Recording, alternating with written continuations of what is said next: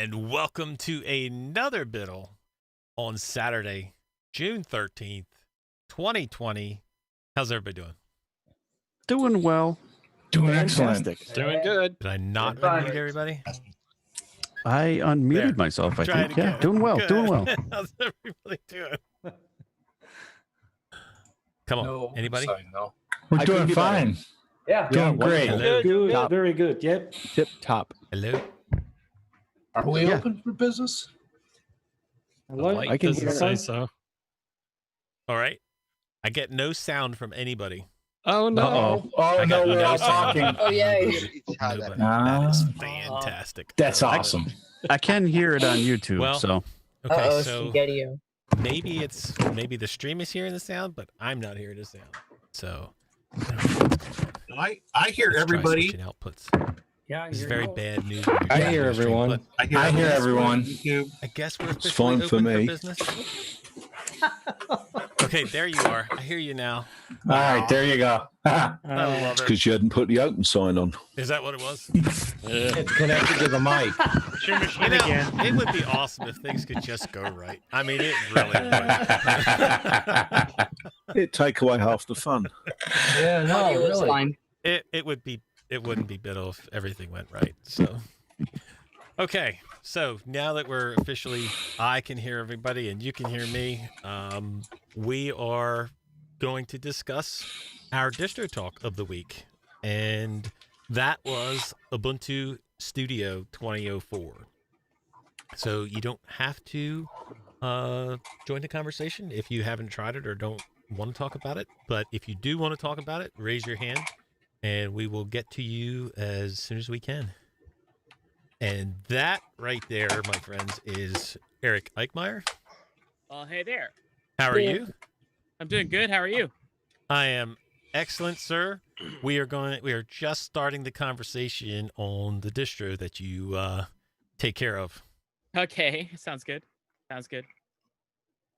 You are more than welcome, Eric, to jump in at any time between people talking about it and answer any questions or add any comments that you feel you need to. Okay, sounds good. All right, Dan, let's start with you, brother. yeah, sounds good. I didn't install Ubuntu Studio per se, but I did use the Ubuntu Studio installer, and I installed lots of goodies that way. And I installed on top of Ubuntu, and that's working really well for me right now. So I'm super happy with that. That is a smooth process for anybody that's using an official flavor, I think, to get some of the greatness that's behind Ubuntu Studio. So I think that's a real big highlight for me. So I'd love to see that. Well, I had the test machine down for a couple days. I was able to get it up finally. I shouldn't say that. It just started working again. For whatever reason, it wasn't working, and then it just started to work. So I did get to install Ubuntu Studio, and it was... So the install went fine. It actually did better than previous distros that we've tried as far as with working with the grub menu. It booted fine, got into the desktop, looked around, and I tell you what, I'm not a big XFCE fan, but I actually like the implementation that Ubuntu Studio has done with this XFCE. So I obviously I'm not going to go any further than that because, like I said, I didn't get a chance to play around with it. I looked at all the fancy tools that are there, and a lot of them were, I won't say a lot of them, but some of them were over my head and something that I might not understand. So knowing me, I don't like to push buttons that I don't know what they are because they usually go wrong for me. But we'll continue on. Thomas, sir, did you try Ubuntu Studio? I'm only joking with you, Thomas. I'm just kidding. It's all good. I was about You to were say, busy. no. You were busy, and I just figured I'd do it. You looked really deep in thought. You did. You did. I was reading a fortune cookie. I'm said so that, glad he called on you. And Bit of you a looked deer up, in the you're like, headlights look going on there. yeah, he did.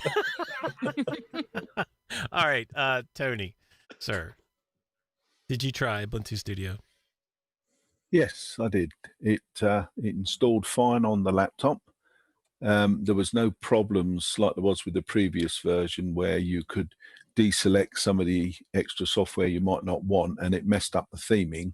It didn't give you that option, so it was all or nothing, which is Yeah, we fine. had to remove that option because it was causing that issue.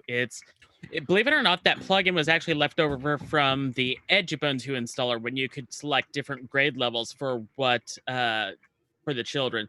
So we implemented that years ago before my time, and it eventually just stopped working, and it's in an unmaintainable state. So I'm glad to hear that it's working as expected without that. Yeah, it installed fine, no problems. The XFCE desktop is one that I do like, and it is a really nice version of it. Love the new wallpaper. Thank you. It works fine. I can't complain about anything. It just, everything works. The software I wanted, I could get. Again, it's got the Discover store, which, as we've said previously, is actually a good one now because it actually it's improved a lot, so it works well. There was another package manager as well, which you could use if you needed to, but I'm a minimalist user. I don't do blogs and things like a lot of these guys do, so I only want a small amount of software, so it's easy and everything I want was there. It just worked fine. I'm almost tempted to try it as a daily driver. Stupid though it might sound, there's one thing that puts me off, and I distro hop a lot, so it's not really relevant, but you're changing it, I believe, to KDE on the next release. That's correct. Yes. So if I get really hooked on this XFCE version, when it comes to the next version, where do I go? So you will have to do a clean install at that point if you want to use the what are called the regular releases, or you can stick to 2004 for 3 years. It's supported for 3 years. It's a long-term support. Ah, okay. So in that case, I could. I mean, I distro hop a lot anyway, so it probably wouldn't be relevant. I'd have moved to somewhere else before October, but it would be nice to know that I can come back to it, which is great. So it's all good news as far as I'm concerned. Well done. It's a brilliant distro. Well, thank you. Well, even if you end up with Ubuntu, you can always also install all that Ubuntu Studio stuff you want. It will always be in the universe repos for you. Yeah, that's true. Yep. All right. Thanks, Tony. Dave Jones, I see you've got your hand up. What do you think of Ubuntu Studio? I'm actually going to repeat a lot of what Rocco said. It was visually, it's everything that I kind of wish Ubuntu had out of the box on. It looks great. It's got great dark themes. It's got great icon. It's got Papyrus in it, right? So I don't have to worry. That's my favorite icon theme, and I don't have to worry about installing it. I can just go and change it. I don't know what you did with the whisker menu, but it almost looks totally different. It almost looks like a different application. It looks so much better. So I didn't touch it. I'm gonna be honest. It must be the theme that's with it, because it just, at first I had the material design and I was like, whoa, did they change it? And then even when I changed to the, I think I went with the Grayberg Dark theme, it still didn't, it looked more similar to the whisker menu then, and I could recognize it, but it just looks so much better that I was amazed with it. Okay, I'm gonna chalk that up to the theming then. We'll go with that. Yeah. And I like the fact that a lot of the software that I usually tend to install afterwards is already prepackaged. So that makes it so I can get it up and running and just start doing what I need to do a lot faster. So that was really nice. Similar to Rocco, though, a lot of the audio software, I'll be honest, it was like, what is this stuff? And I was afraid to touch it. So yeah, there's a few things in there that are for specific types of hardware. So there's a lot in there that would not normally be touched by anybody. So you get into stuff like MV24 controller or Medita 24, which are Medita 24 is the newer version of 24 controller.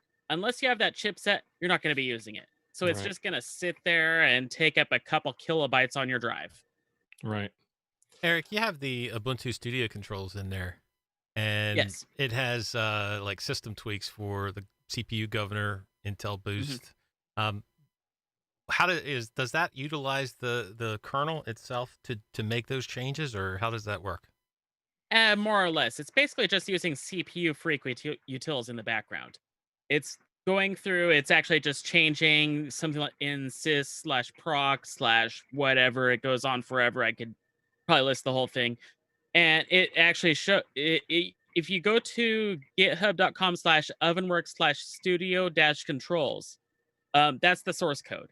And it's all right there. It shows you, it's pretty much just a script at that point. It's completely written in Python, and all it's doing is it's just going in and it's just changing a couple parameters from I believe it's power save, between power save and performance. It's just changing your CPU governor. It's really nothing out of the ordinary that you couldn't do with the command line, but it just makes it that much easier so you don't have to use the command line. Right.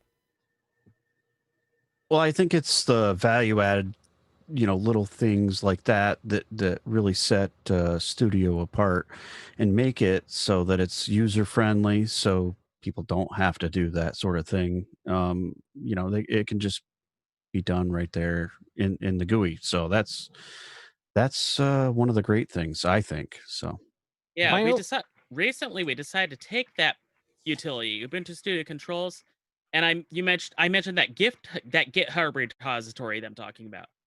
We upstreamed it. It is now available for any Linux distro to use. So nice. and they can go ahead and take it and they can manipulate it. We're open to pull requests and everything. And it's called Studio Controls now. It's not Ubuntu Studio Controls. And that's what's going to be landing in the next version. And it's already in our backports. Well, is it in backports? I don't know. But what's going to be cool about that is it's already available in distros like Fedora. So, that's another thing that's kind of I've taken on as a pet project is Fedora Jam. And I'm kind of molding it and shaping it so that people who appreciate Fedora better can use all the tools that we've had in Ubuntu Studio for the past couple years now. Nice. Very nice. So we're giving back to the broader Linux community. Cool. That's excellent. Let's see. Musical Coder. I see you got your hand up. How are you? I'm doing okay. And first and foremost, I want to prefix this by saying I'm looking forward to 2010 and your Plasma edition to see what that's going to look like. Oh, you can actually look at the dailies now if you want to take a look. I'm done transitioning it to Plasma. Anything further is just cosmetic and bug fixes at this point. It's pretty much done. Okay. I'm not a big fan of XFCE, and the fact that I have a 4K laptop, it's not a big fan of XFCE because it's really, really, really tiny. I ran into that same problem on a Microsoft Surface tablet. I totally get it. And it was, after 20 or 30 minutes of trying to find, quick solutions of getting the high DPI working right or getting the scaling working, without trying to install a bunch of different things, because I just figured that I'll settle on this one and wait. But if you've got the dailies working, then maybe I'll grab one of those and see what that looks like on that high DPI tablet, or high DPI laptop I've got. So. Mm-hmm. And it's worth just trying out. I wouldn't use it as a daily driver yet because there's a lot of strange bug fixes going on the back end. It's just, Ubuntu is doing a lot of stuff as far as the upgrades go. People with higher pay grade than myself are really working hard on it. And I just managed to get it switched over to Plasma and themed and everything the way we want it in a matter of a month. And that gives us time to really polish it out. Right. So it's just, I wouldn't use it. If I were you, I wouldn't use it as a daily driver. I'm using it as we speak right now. Yep. That I eat my own dog food. What can I say? No, that That's disclaimer. It's Well, perfect. and like everyone else has said, also, I like the selection of applications you have. Like I said, my big issue was with XFCE. So I'm curious to see when it's ready for daily use, to see what it looks like as a daily driver type system with Plasma. So I am looking forward to that. Well, Yeah, well, to your point, MC, I usually have trouble with XFCE because of the fact of the high DPI. It does have scaling, but it doesn't scale everything. So your close buttons and everything are super tiny and so like other, I put a lot of different things on this laptop. I put Mate on there. I put Budgie on there. I put Ubuntu proper. Most of the things, even on the high DPI, automatically scale. Even if it's not perfect in everything, it's like you at least get what an idea of what it's supposed to be looking like. Where with both Ubuntu and Ubuntu Studio, because of XFCE, it was literally the screen's this wide, and you get boxes that are this big that you have to try and figure out what is that telling me to say, or where am I supposed to click at. It's if you've got a small high DPI display, you've come across that before, especially years ago when it was still a newer technology. And that's one of the things I'm happy to hear that Ubuntu Studio is moving to Plasma, because of the fact that XFCE, while it's good for what it does, it's too slow moving to be, in my opinion, to be more of a modern distro. And that's one of the motivating pieces, I'm going to be honest here, is because I knew that with XFCE, we were doing really well about catering to our audio production audience, our music audience.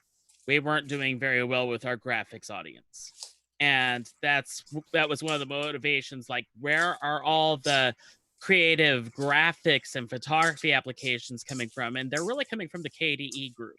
So I was just like, well, let's look at Plasma a little bit more in depth when it comes to this. And I just found that the toolings and everything were a little bit more conducive to what a graphic artist or a photographer might want, including that high DPI stuff.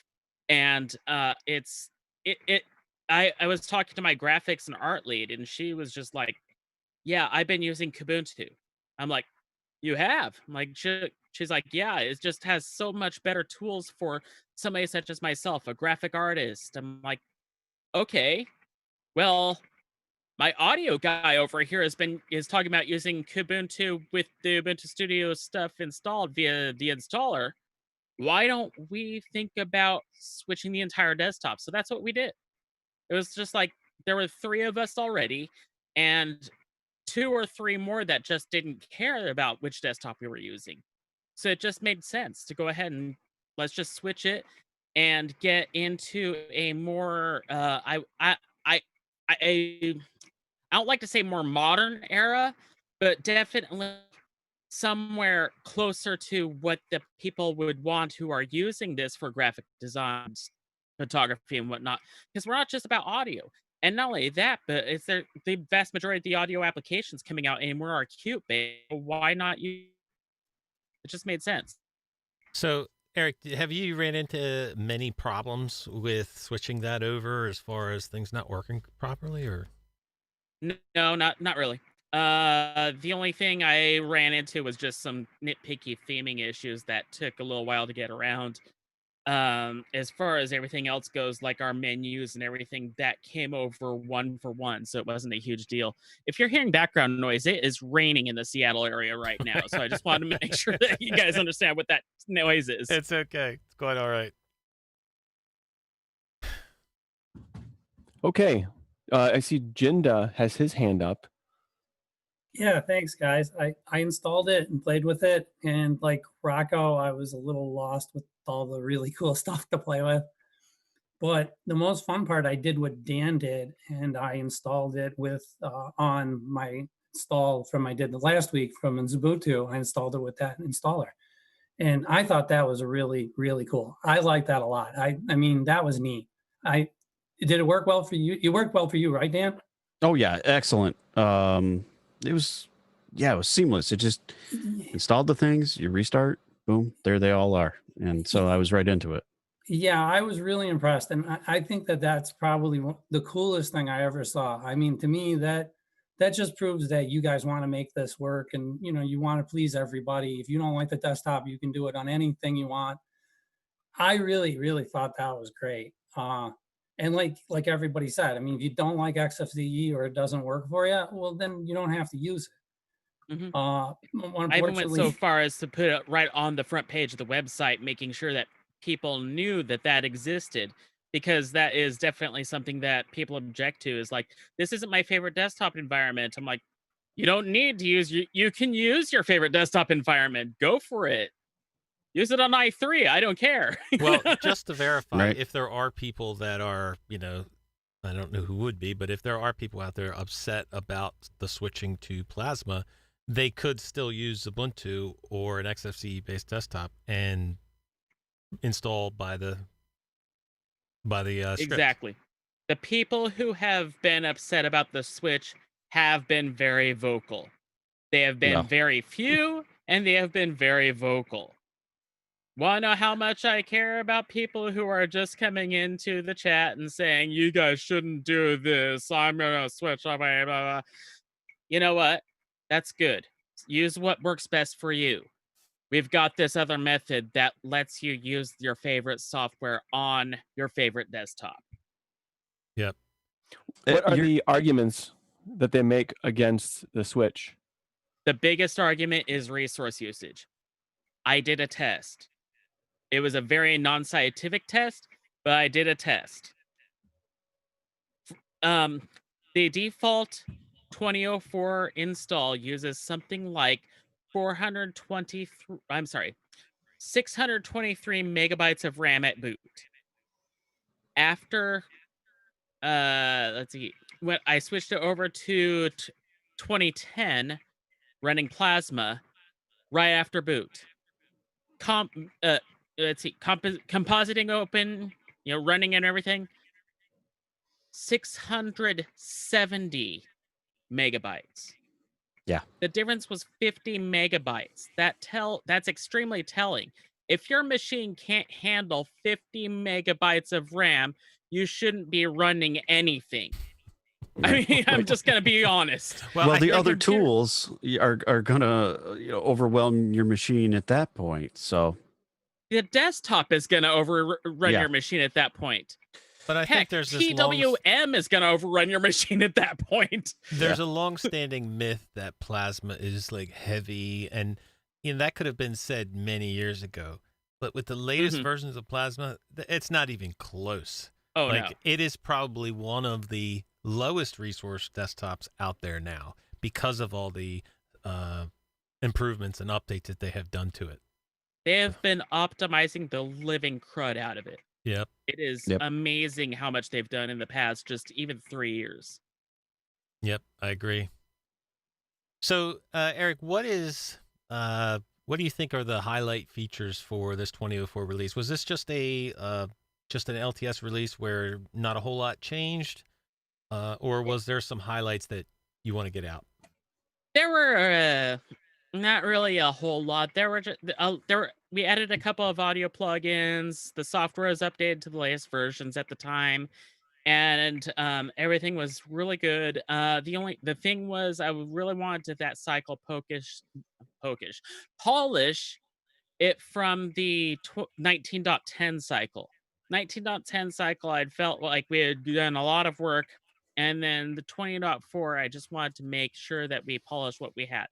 Unfortunately, due to Python 2 issues at the time and stuff like that, we had lost a lot of software. So some very relatively important software, especially to graphics artists like DisplayCal. It does not work on Python 3. So that had to be dropped from the repositories. So unfortunately, and I'm upset about that too, because I use that as a photographer to make sure my screens are calibrated. So unfortunately, we've lost that until the DisplayCal people can update their software to Python 3. So there was that, but we gained a few audio plugins. We polished up studio controls, and we did a few things. We got rid of that plugin out of the installer that was causing people's themes and software to go away after install. So it was something where we were like bugs fix, bug fix, bug fix. So we had to fix what we could, and even after it released, we still had some stuff that had to be stable release updated, SRU. So there's still some stuff that I'm even working on now that I just got word on that, oh, this bug fix release of this software came out. We need to get into 2004. Can we do that? Does it have new features? No? Great. Let's get it in there. So, yeah. It was just a lot of bug fixing for the most part. And I didn't want to introduce a ton of new features.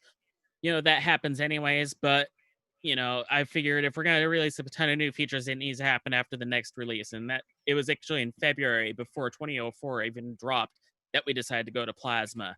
I didn't want to announce it until the release because I didn't want to, change the course or anything, get the people who are getting us all negative, and I really didn't want to confuse people into thinking that 2004 was going to be Plasma. Yeah. So, yeah, it Well, was, I think it was that's just a matter of that. I think that's a common theme that we've been hearing is for the 2004 release. There's a lot of the distros that kind of like would have liked to had features land, but didn't want to risk the LTS part of it, and to where maybe something wouldn't work, and get it in the next release. So, yep. Nate, you had a question? I did. So going forward, I understood the difference between Ubuntu and Studio pretty well, but going forward, how are you going to distinguish yourself from Kubuntu? Like, what would be the unique competitive advantage of installing Studio as opposed to Kubuntu, and then the Studio stuff, or is there none?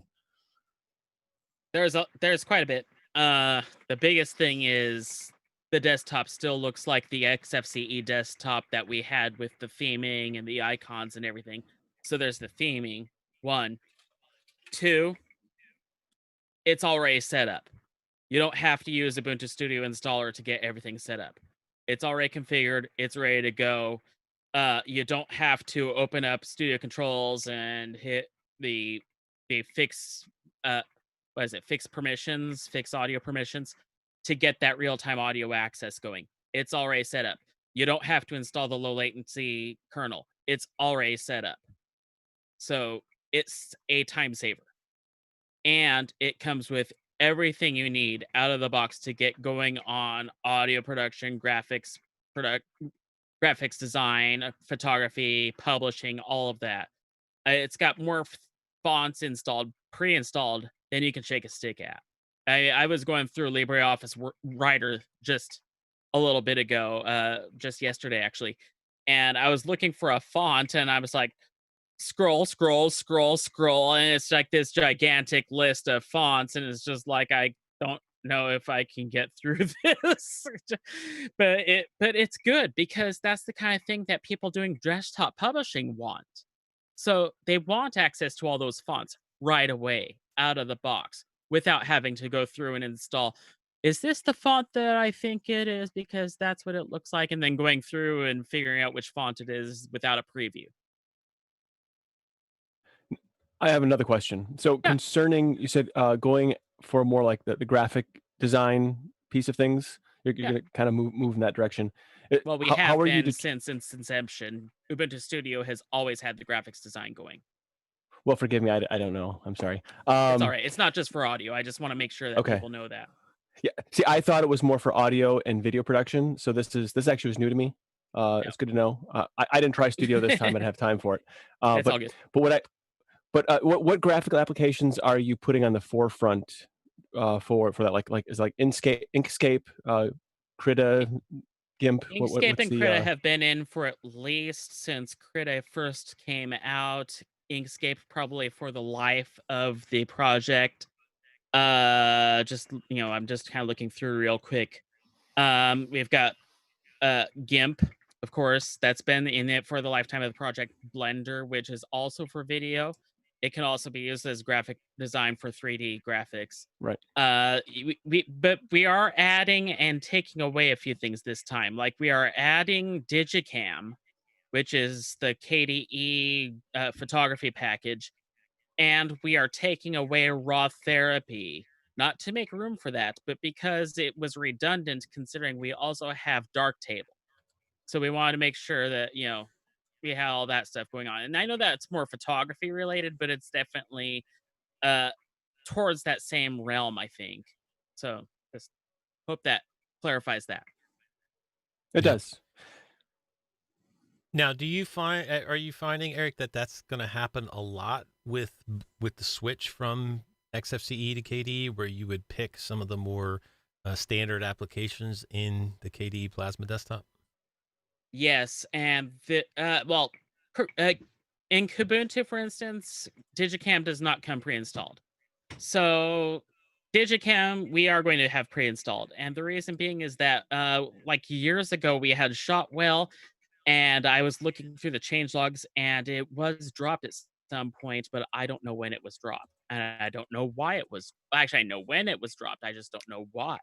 So we had Shotwell pre-installed, which was great for catalog for your photos, but I couldn't figure out why it was dropped. So I'm like, why don't we have something like this? And going to Plasma, I'm like, well, there's Digicam, and it's got some amazing stuff for.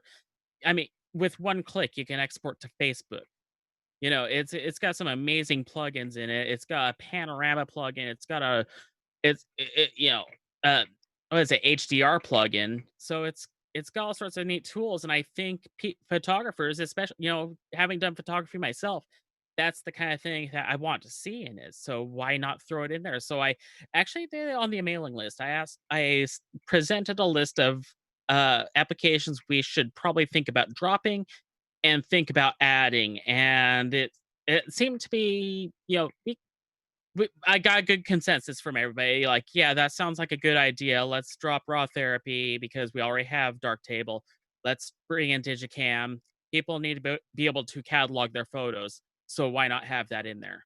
So it just seems like a good idea to have Digicam, because really you've already got the Qt libraries and everything loaded into RAM. Why not and the KDE frameworks loaded into RAM? Why not use something that's from the KDE project? It just kind of makes sense. Yep.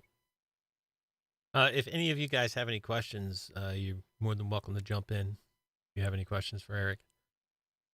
Eric, for the 19, oh my gosh, going backwards. For the 2010 release, is there anything like major feature-wise that you would like to land? I would like to see. I would love it if we could get some things that back in that got dropped as a result of Python 2 missing. I would definitely like to see that happen. Like, for instance, I was mentioning what was it? It's all of a sudden I can't think of what the name of that application is again. This is the screen calibration program. Mm-hmm. I would like to see that get back in. But that all depends on the upstream project porting their application to Python 3. Python 2 is dead. It's being removed from Debian. It's being removed for Ubuntu, therefore. So, I believe it's already been removed from Fedora. So anything Python 2 related, people need to port their stuff. They've had decades to do it.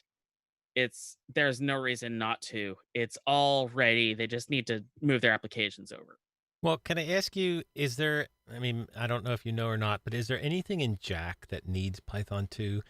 Because the reason I ask is I upgraded Pop! OS on my main machine to 2004, and it actually had a big problem because I had applications installed with Python 2 that were somehow it caused an error, and it wanted to install a different version of Python, and that.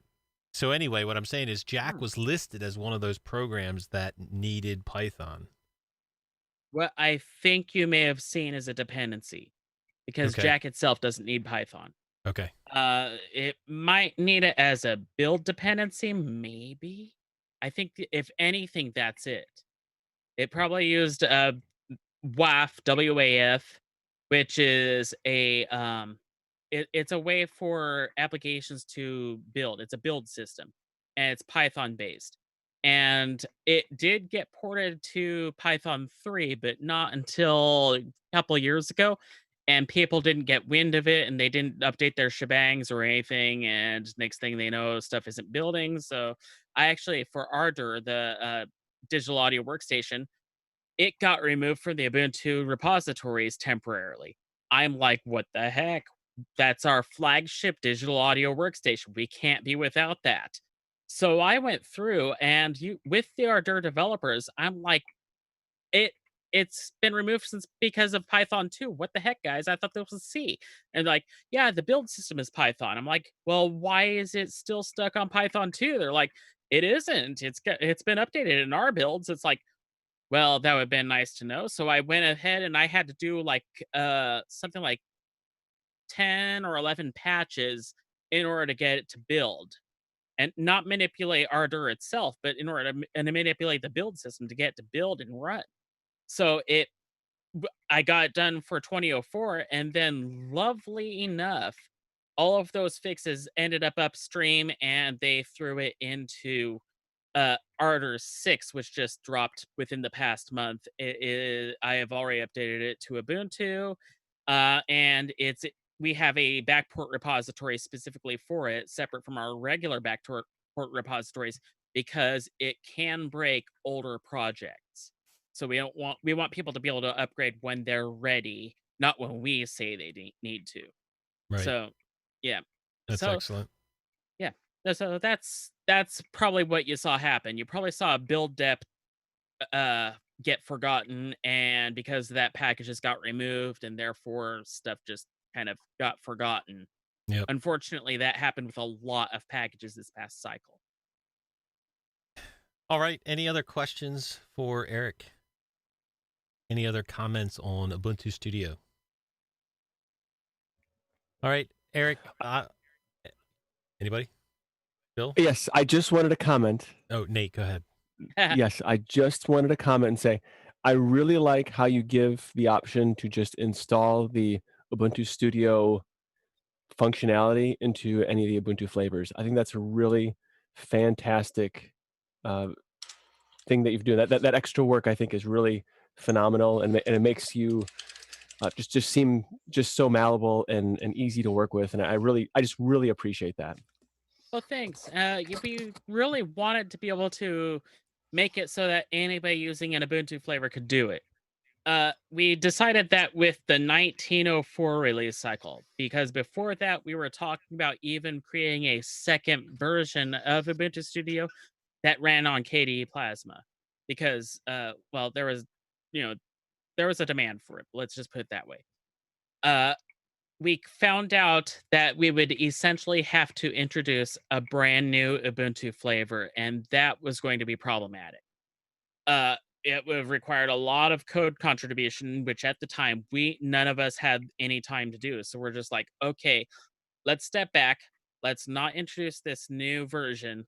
Instead, let's go ahead and let people bring us to them. You know what I'm saying? So that's what it was. We wanted to be able to work with the Ubuntu community as a whole.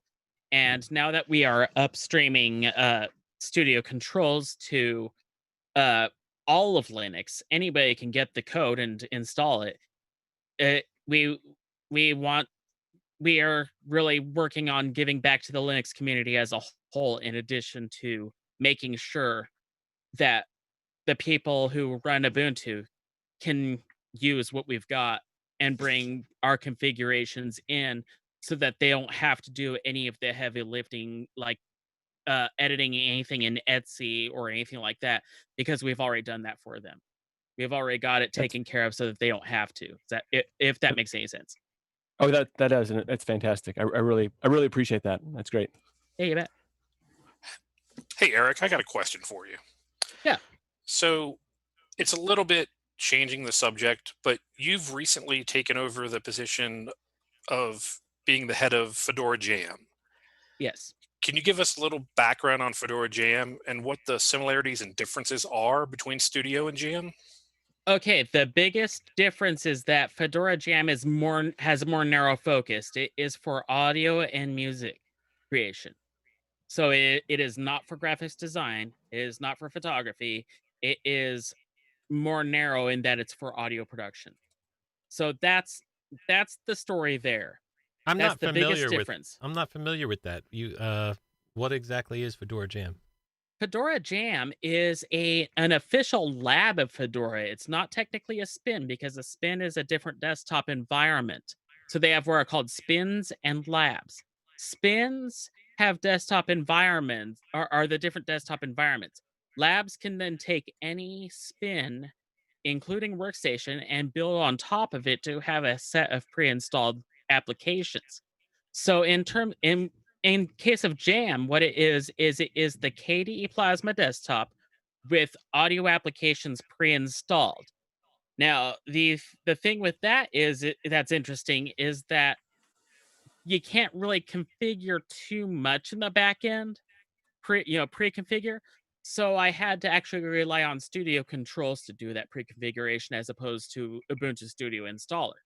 So Studio controls, you would launch it and then you would click that fix the real-time permissions and boom, it installs all that configuration into the etc directory in the root. So it takes care of all that for you. So I've done that with Fedora Jam, and 33 is starting to look really nice. But the thing is, what I did was I took it on because I saw a situation back in January, especially when Ardor went bye-bye without anybody notifying me. I had to discover for myself. And I was like, well, what happens if Studio kicks the bucket? Where will people go for audio specifically? Graphics design and all of that, I wasn't too worried about. The people who need those tools typically know where to get it. It's audio configuration that is the pain in the butt for Linux. And you all know that because you guys are all wearing headsets or earphones of some sort. So my biggest issue has always been that configuration. So I want to make sure people can do it without the headache. And so I wanted to be able to bring that to more than just Ubuntu, because if something happens to Ubuntu Studio, people need someplace else to go. Whether they want to jump to Fedora or if they want to try to go with their own, it's up to them. But we did want something to do with that. And not only that, but Fedora Jam was pretty much dead, hadn't seen 2 releases. They were about ready to kill the project altogether. The lead at the time wasn't willing to do anything with it. In fact, was unresponsive. So I stepped in. I'm like, why not? Why not? Because here's the other thing, a little bit about my background. Before starting with Ubuntu Studio, I was using Fedora Jam. And I was using it because for my purposes, that's all I needed was just the audio stuff, because at the time I was working mostly with audio for what I did for work. And it just seemed like, why let this project die? I don't want to let this project die. I'll just jump in. And believe it or not, packaging RPMs is a million times easier than packaging Debian files. I will just say that right away. It actually is. So it was very easy for me to get back on that. It was a little bit like riding a bike, and I was accepted into the Fedora packagers group within a matter of a couple weeks. So I didn't have to prove a whole lot. They already knew who I was from my work with Ubuntu Studio and were just super happy to have me. A couple, talked to Matthew Miller about it via an email exchange, and he is just like, this is exactly the kind of project we want to have in Fedora, and we don't want to see it go. So if you can keep it alive, that would be awesome. So that's what led to that. Well, that's awesome, man. I appreciate. I mean, that's twice. So you stepped in for Studio, and I remember watching the struggles you went through to keep that project alive and to get access to the upload rights, and now taking care of this. So that's 2 awesome projects that you've really helped, and I appreciate that very much. You bet, Bill. Glad to do it. Yeah, it really is great. I wanted to add our thanks, Eric, for all of the work that you and everybody on the Ubuntu Studio team do for all of us to be able to use a distro like this. I really appreciate it, man.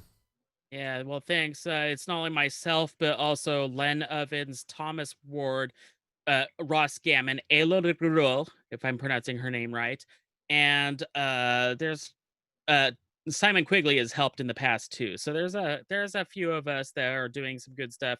We also brought on Stephen J. Cohen, who is an audiobook narrator. He's joined our team. We haven't seen him for a couple of weeks, but he's been really busy lately running his audio. He actually runs a studio with Ubuntu, so it just seemed like a good fit for him to be on the team. He does a lot of blogging and stuff, so it's been nice breath of fresh air to have him joining the team recently. Yep.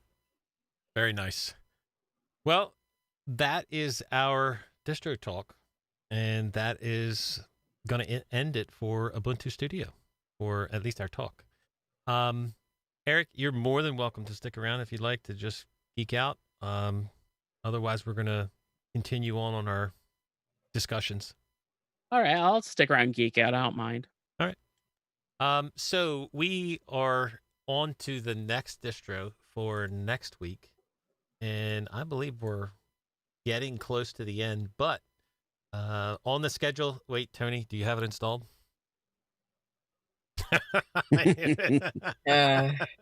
Nice, Tony. Nice. So our next flavor is, well, it's not actually a flavor. It's a remix, I guess you would consider it. Ubuntu. Correct. DDE, Deep in Desktop Environment. Okay, I'll go DM Aaron right now. So that is what we're going to be trying out this week. And we will come back next Saturday and talk about it and see what was good, see what was bad, and go from there. Sounds like it's going to be pretty deep and right, deep. And, Whoa, yeah. there you go. Yeah. Michael Tyler Tyler would be so proud. Dad joke. Are we going to try Okay, I just gotta say this. I've known Tyler for years, and every time he opens his mouth, it's a horrible pun. Yes. and it gets worse as years go Gets on. worse as he gets older. Oh my god. Just one question. Are we going to also try out or talk about Ubuntu Kylan, however you pronounce it? Chillin'? Chillin'. Chillin', It's thank you. actually not on our list. We have yet, we have what? We have Ubuntu Unity, we have Ubuntu Lumina, and Ubuntu Cinnamon to try out yet. I didn't put Chillin' on the list. If there's a demand for us to try it out, we can. You But have to actually change the language on. You have to edit the boot to English if you want to try that out, because it by default comes up with Chinese. Yeah, it is a little problematic, but Yeah. you know, they're working on it. It's a bit of a tough go for the English speaking folk. Yep. We'll see what happens, Joshua. Who knows? But yeah, that's what we're going to try out.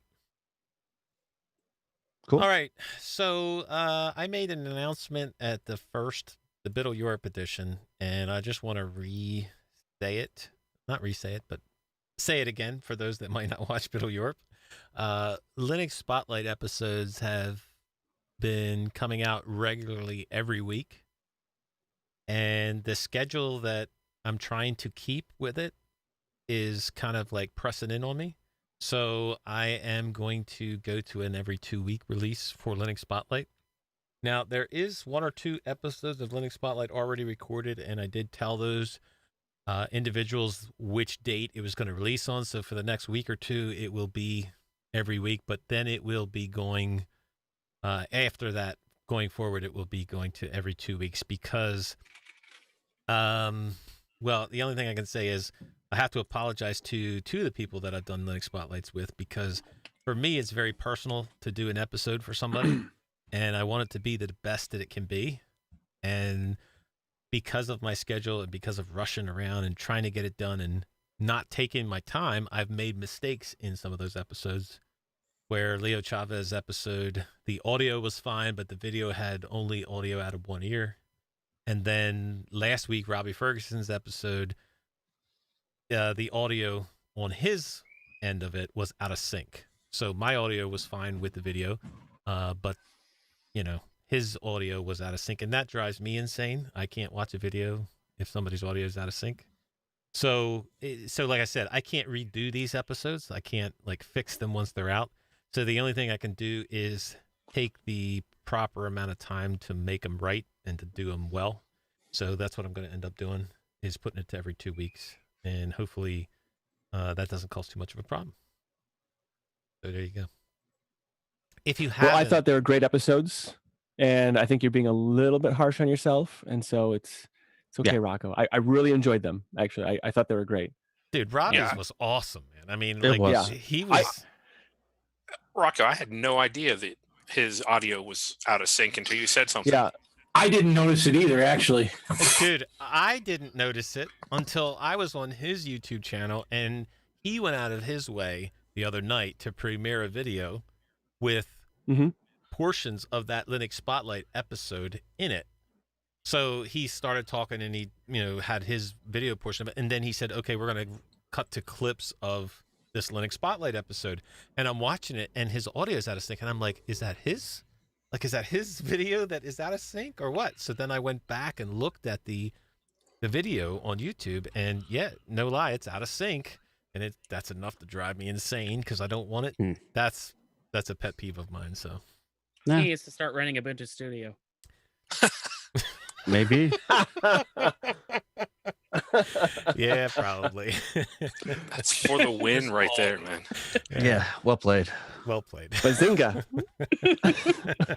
But anyway, it's going to go to every 2 weeks. And I might as well say it now that we're talking about it. I usually wait till the end of the show, but Linux Spotlight this week was Robbie Ferguson, obviously. And I love the whole margarine analogy. That was perfect. But this coming week is Mark DeLuzio, who used to work at Faro Interactive, working on games for Linux, and now works at the Unity game engine. So that was a very detailed conversation on gaming. So if you're definitely into gaming, you want to check that episode out. That will release Wednesday. Just got done editing it. Just got done finishing rendering it out 1 minute before the show tonight. So now I gotta upload it and get everything right. But yeah. Well, I think Robbie's episode was excellent, and I'm looking forward to this week. Yep. Well, the other thing you can look forward to, Dan, is Self is doing a live stream. They have been since Friday, and they will continue. They're even doing it now as we speak, and they will continue on tomorrow yet. And that is something you can check out now. Obviously, I wish I was down at Self, but the way the world is today, we can't be there. But this is the next best thing. So if you're interested at all in some of the talks, and I think Computer Kid did a presentation on the best desktop environment. Nice. But you can check out all of that at linuxdelta.com. And Noah Chalaya was responsible basically for kind of coordinating all that. And yeah, so check that out. Absolutely. I wish we were there too, but yeah. Yeah, that's one thing I'm definitely missing this year is I'm missing going to all these conferences. Dude, we would be at Waffle House right now. You know that we would. Getting coffee. No, I'd be making you some AeroPress coffee. You're right.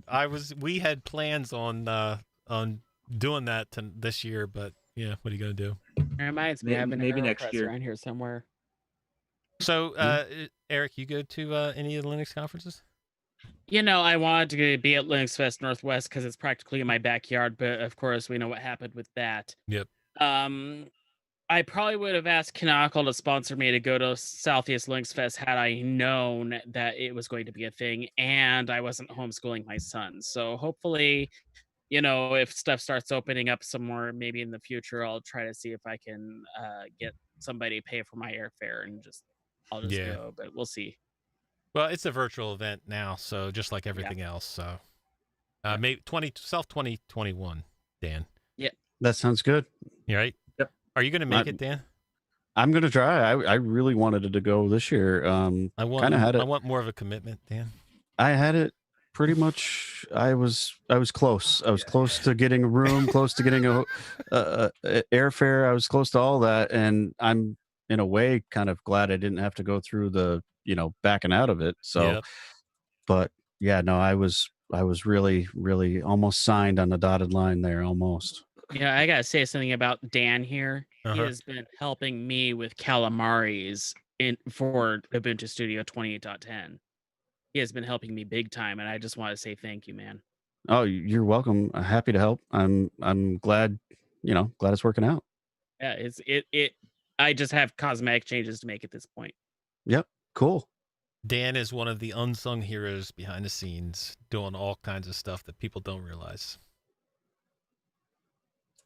All right, I got a question for you guys. So this is like a troubleshooting question, and I don't know what's going on with it, and I don't know. Maybe you audio guys can help me out. But I have a DBX 286.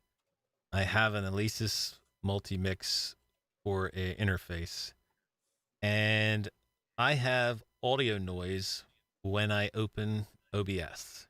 So if I monitor the audio out of the Alesis, I don't have noise. It's almost like just like an electric noise, basically. Dead silent. As soon as I open up OBS Studio, it picks up that noise for whatever reason, and it's driving me insane. So anytime that I do a Linux Spotlight episode, maybe nobody else notices it, but I hear it. And it's this, electric noise in my mic whenever my mic is open after the gate. And it's enough to drive me insane. So if you guys have any tips I've tried turning off any filters that I had for OBS, changing the outputs, different things to troubleshoot some of it, but I'm kind of at a loss right now.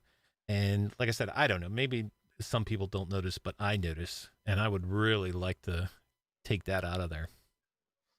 So, because I'm familiar with OBS, I'll chime in on this. In fact, it comes pre-installed in Ubuntu Studio. Really? Anyhow, so are you using it with or without Jack? Without Jack. Okay. I'm wondering then if you were to use it with Jack, because it does have a Jack client that you can just tell it to use. And you can use an infinite amount of Jack clients, so long as your computer can do it. I'm wondering if maybe that might help. I don't see the reason that I don't use Jack is it's kind of like I never spent the time to learn it. So it's kind of over my head a little bit as far as making sure everything's right and all working. And I did have Jack installed. Like I said about the upgrade, I did have Jack installed intending on getting it set up and getting it working. I just never did anything with it. So I'm not sure exactly how to proceed with that. So yeah, first of all, Studio Controls makes that easy. Yeah. And then second of all, Carla makes it easy to do all of the internal patching. As soon as you add an input for OBS, a Jack client, that will show up in Carla's patch bay just right away. You don't have to do anything. And all you have to do in Carla is then drag a line from your microphone into or for whatever audio input, even pulse audio. You can just drag a line from one spot to another, and it connects it as if you're connecting a wire. It's that simple. Well, I never looked at Jack as being that simple. But well, that's because it's a pain in the butt to connect without, or to get running without the right tools. Yeah. Yeah, you're probably right. Low spec Linux laptop in chat had a couple of suggestions as well you might want to check out. The only question I have for you, Rocco, is have you made any changes to your setup that would make this audio noise happen? Because I don't, because this audio noise is fairly new, isn't it? No, well, okay, so even before I had the DBX, I had I didn't make super well. Okay, so I did make changes, but the audio noise has always been there, from what I can tell. It's just I was never able to get rid of it, and I never So I went through and I bought brand new XLR cable, balanced cables to make sure they were grounded, make sure no audio came in. The only thing I haven't done is buy one of those, and I don't even know if they work, is those power switches that plug into the whatever power source you have, and you plug the DBX into that, and that's supposed to ground it more. But like I said, the audio noise has always been there. I just thought it was part of it. But now that I never noticed that I didn't listen to the audio real well if I didn't have OBS, because OBS is always open when I'm doing something with audio, because I'm recording the video or whatever. So I never really noticed it that much until I was trying to monitor the audio, and then I shut down OBS and it disappeared. It takes probably 5 seconds. So once OBS is open, and if I close it, it'll take about 5 seconds, then it'll cut off, and there's no more noise. As soon as I open, So it sounds like you're saying it's OBS Studio related? yeah, it's definitely OBS Studio related. As soon as I open OBS up, it creates some type of, I don't know, electric noise is the only way I can describe it. Yeah. The only thing I can think of is some sort of filter or something. Go to one of the maybe. Linux Spotlight episodes. Well, you don't have to, but if you want to, go to one of the Linux Spotlight episodes and turn it up loud when I'm talking and when I finish, and you'll hear what I'm talking about. This is going to sound like it's out of left field, but what kind of graphics card are you running? NVIDIA 2080. Okay. I think that might be related, and here's why. That's a really high power video card. Yes. It's probably doing your video encoding in the background for OBS. Yes. I think that's the source of your noise. I think it's all just background computer hum from that graphics card, because the minute you turn on OBS, suddenly you can hear that. It's activating your graphics chip and throwing them into higher horsepower. So it's having to use more power. I think that's where your noise is coming from. And to further expand on that, Eric's probably right on there. It's probably coming from your power supply. And it only happens when you really start to draw more power from your power supply. And you're only going to do that when you're running your graphics card, because that's the thing that draws the most power. Is that the card that had the loose things when you first got the computer, the loose? You might have some grounds on that card that are not secured. Yeah, that could be too. That is the card. And that also varies manufacturer to manufacturer, because it might be a 2080 chip, but it might not be, say, a Gigabyte, or it might be a different brand altogether. It's EVGA 2080. EVGA. Never heard of it, to be honest. So it could even be just the manufacturer and how they decide to ground it. So it really depends. You guys are killing me. That's not the answer I wanted to hear. Of course not. Nobody wants to hear it's RMA. Oh, man. I mean, if there was problems with the video card to begin with, somebody mentioned something loose or something. Yeah, the video ports, the DPI ports. Contacting EVGA. I don't know how long you've had this card for, and possibly RMA it. Oh boy, you missed all that, Jason. You'll have to watch a past. Oh yeah, dude. Did he already RMA it? Oh yeah. I have no idea. No idea. Okay, time to find that episode number. All right. My family is telling me I've got to stop now, so. Thank you, Eric. I great talking appreciate to you it. Thanks for being here, Eric. Thanks, Eric. Thanks, Eric. Much appreciated. Thanks, Eric. Yeah, you bet. Thank Take you, care. Eric. Thank you. Thanks, Eric. Okay. We'll Have a good night. We'll put You a too. link in somewhere. I'll find a link for the episodes of the cyber power issues that I had, and we'll go. You can watch back. Cyber power? You bought a whole system from them? Yeah, I did. Yeah. 2 of them actually. Oh boy. Yes. Oh, that's boy, he exactly says. what it was. Well, see, Like I said, my like we said in that file server episode, over here is cyber power, but 99.9% of the guts are no longer anything they sent, because I had to replace like the motherboard, I had to replace the memory, I had to replace. You guys are gonna get me started on cyber power now. Yeah, don't get me started either. No, Part 3. Yeah. You are Like that the time that subject. face palm right there. Hey, have a discussion with Emma and get some wood grain in your life. For those of you guys in chat giving suggestions, I really appreciate it. I am going to look at them. I just can't say them all out loud, but I appreciate all the suggestions. I don't know if I want to take out the video card and try something else. Well, here's a question. How big is the power supply in that? Do you know? I don't remember. I think it's 1,000. Okay, that's pretty big. So yeah, it's that pretty should be big. good. I got 1,050, and I'm running a ton of old-fashioned drives in mine, along with a NVIDIA card. So this mine's is 1,000. also plugged into a power surge UPC? protector. Yeah, UPC. Yeah, that's it. So I don't know. I'm at a loss. But see, the reason I can't take this out is because the other video card that I have is like what is it? The Radeon. No, I forget. It's the one it's actually brand new, but it's not near as powerful. And there's no way that I want to. Doing there, Tyler. There's no way I want to lose the FPS in playing Call of Duty, or just to check it out. Well, is this only happening only in OBS? It's like you don't hear Only any in background noise if you're doing anything else that's graphically intense. Well, okay, so like I said, I never notice it because I don't sit there and monitor the audio all the time. Every once in a while, I'll put in the other headset right into the Alesis, and you can monitor the audio. And I always heard it in all of our episodes and all of the Linux Spotlight episodes. I just expected it to be there. I was shocked when I shut off OBS and it was no longer there. So that's when I started playing around with turning it on, turning it off, and every single time I turn on OBS, it's like boom, there.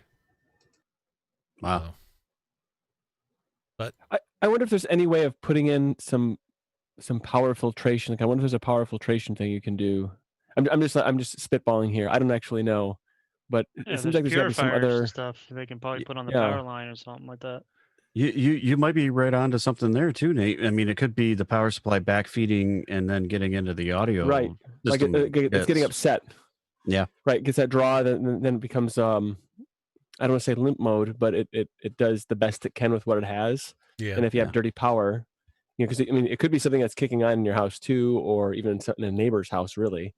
That can It cause could be additional something feed on the as line. simple as the power wires that go into the video card being routed in the wrong area or up against some other audio lines or something like that. Oh yeah. Well, You're right. Okay, so I did the one day take the whole desk apart and every wire, pulled everything out and rewired everything and made sure, even ran my XLR cable for my mic up and around so that the desk is split.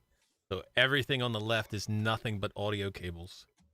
And every power line, power thingy, monitor cables, everything are routed on the right-hand side.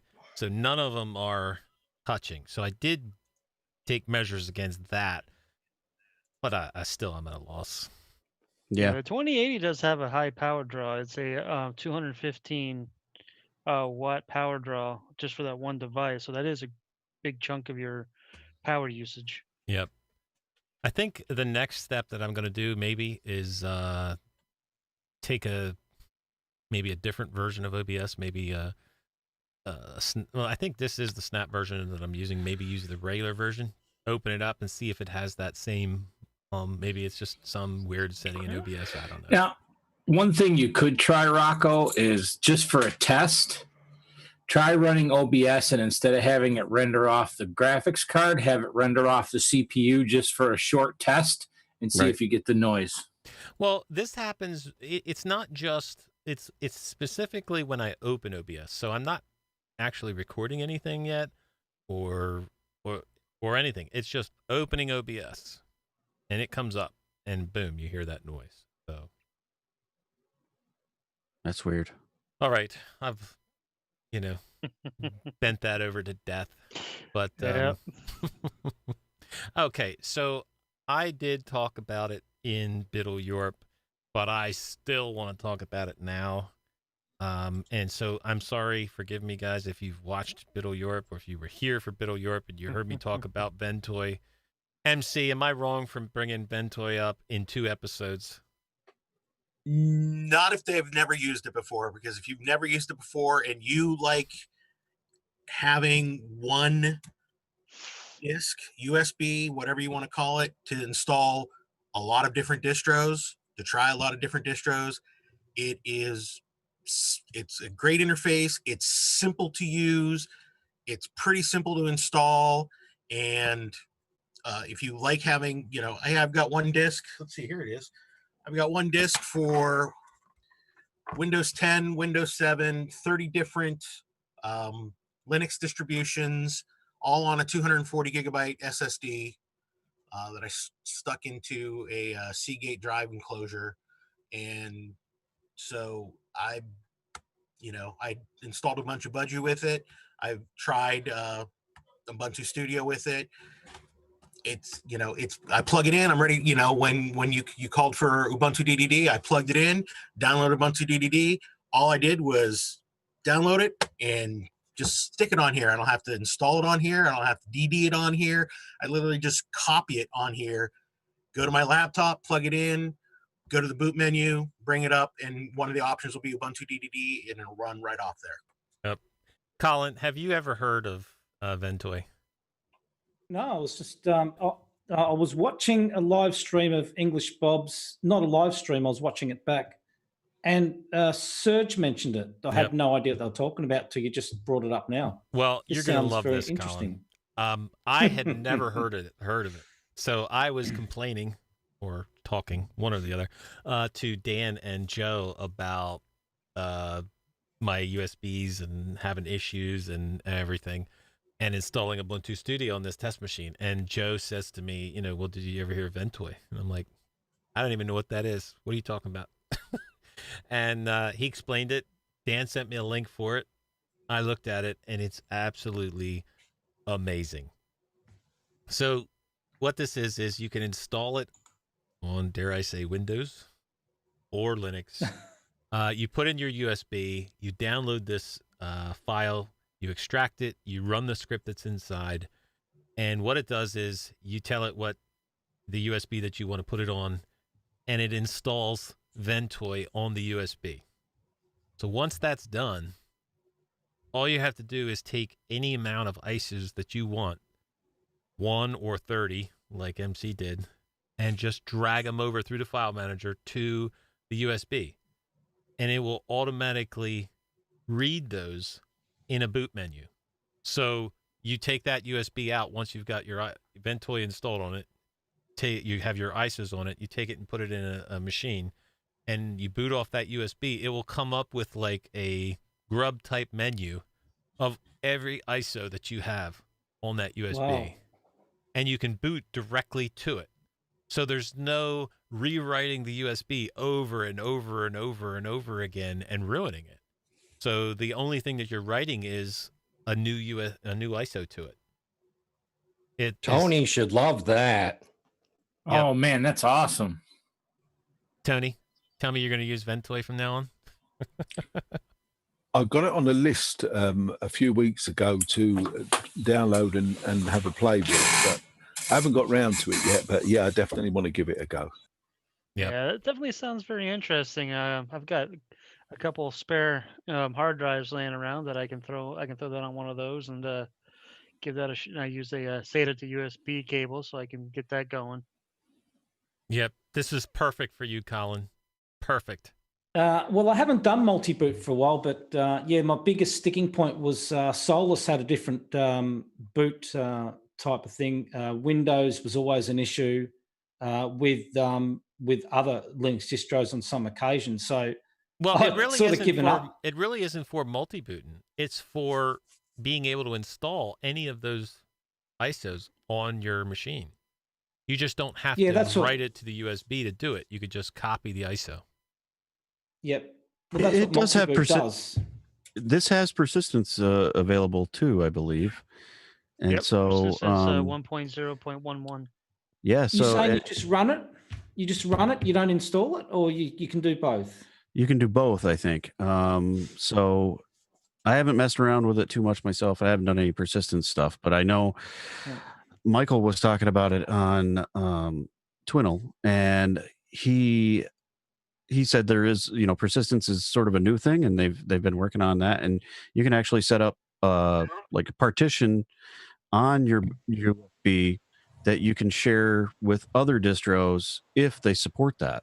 So, I mean, you could have one partition in the middle of your USB that you can install persistence and share it with a couple of distros, which is kind of neat.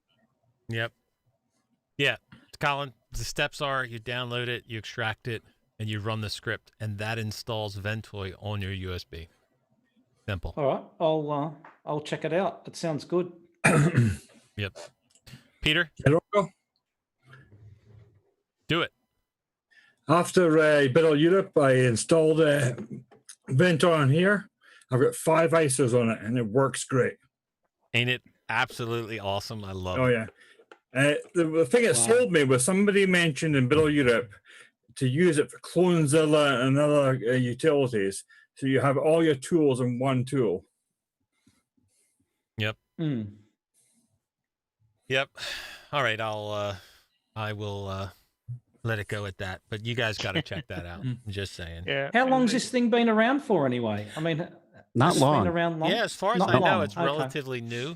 But yeah.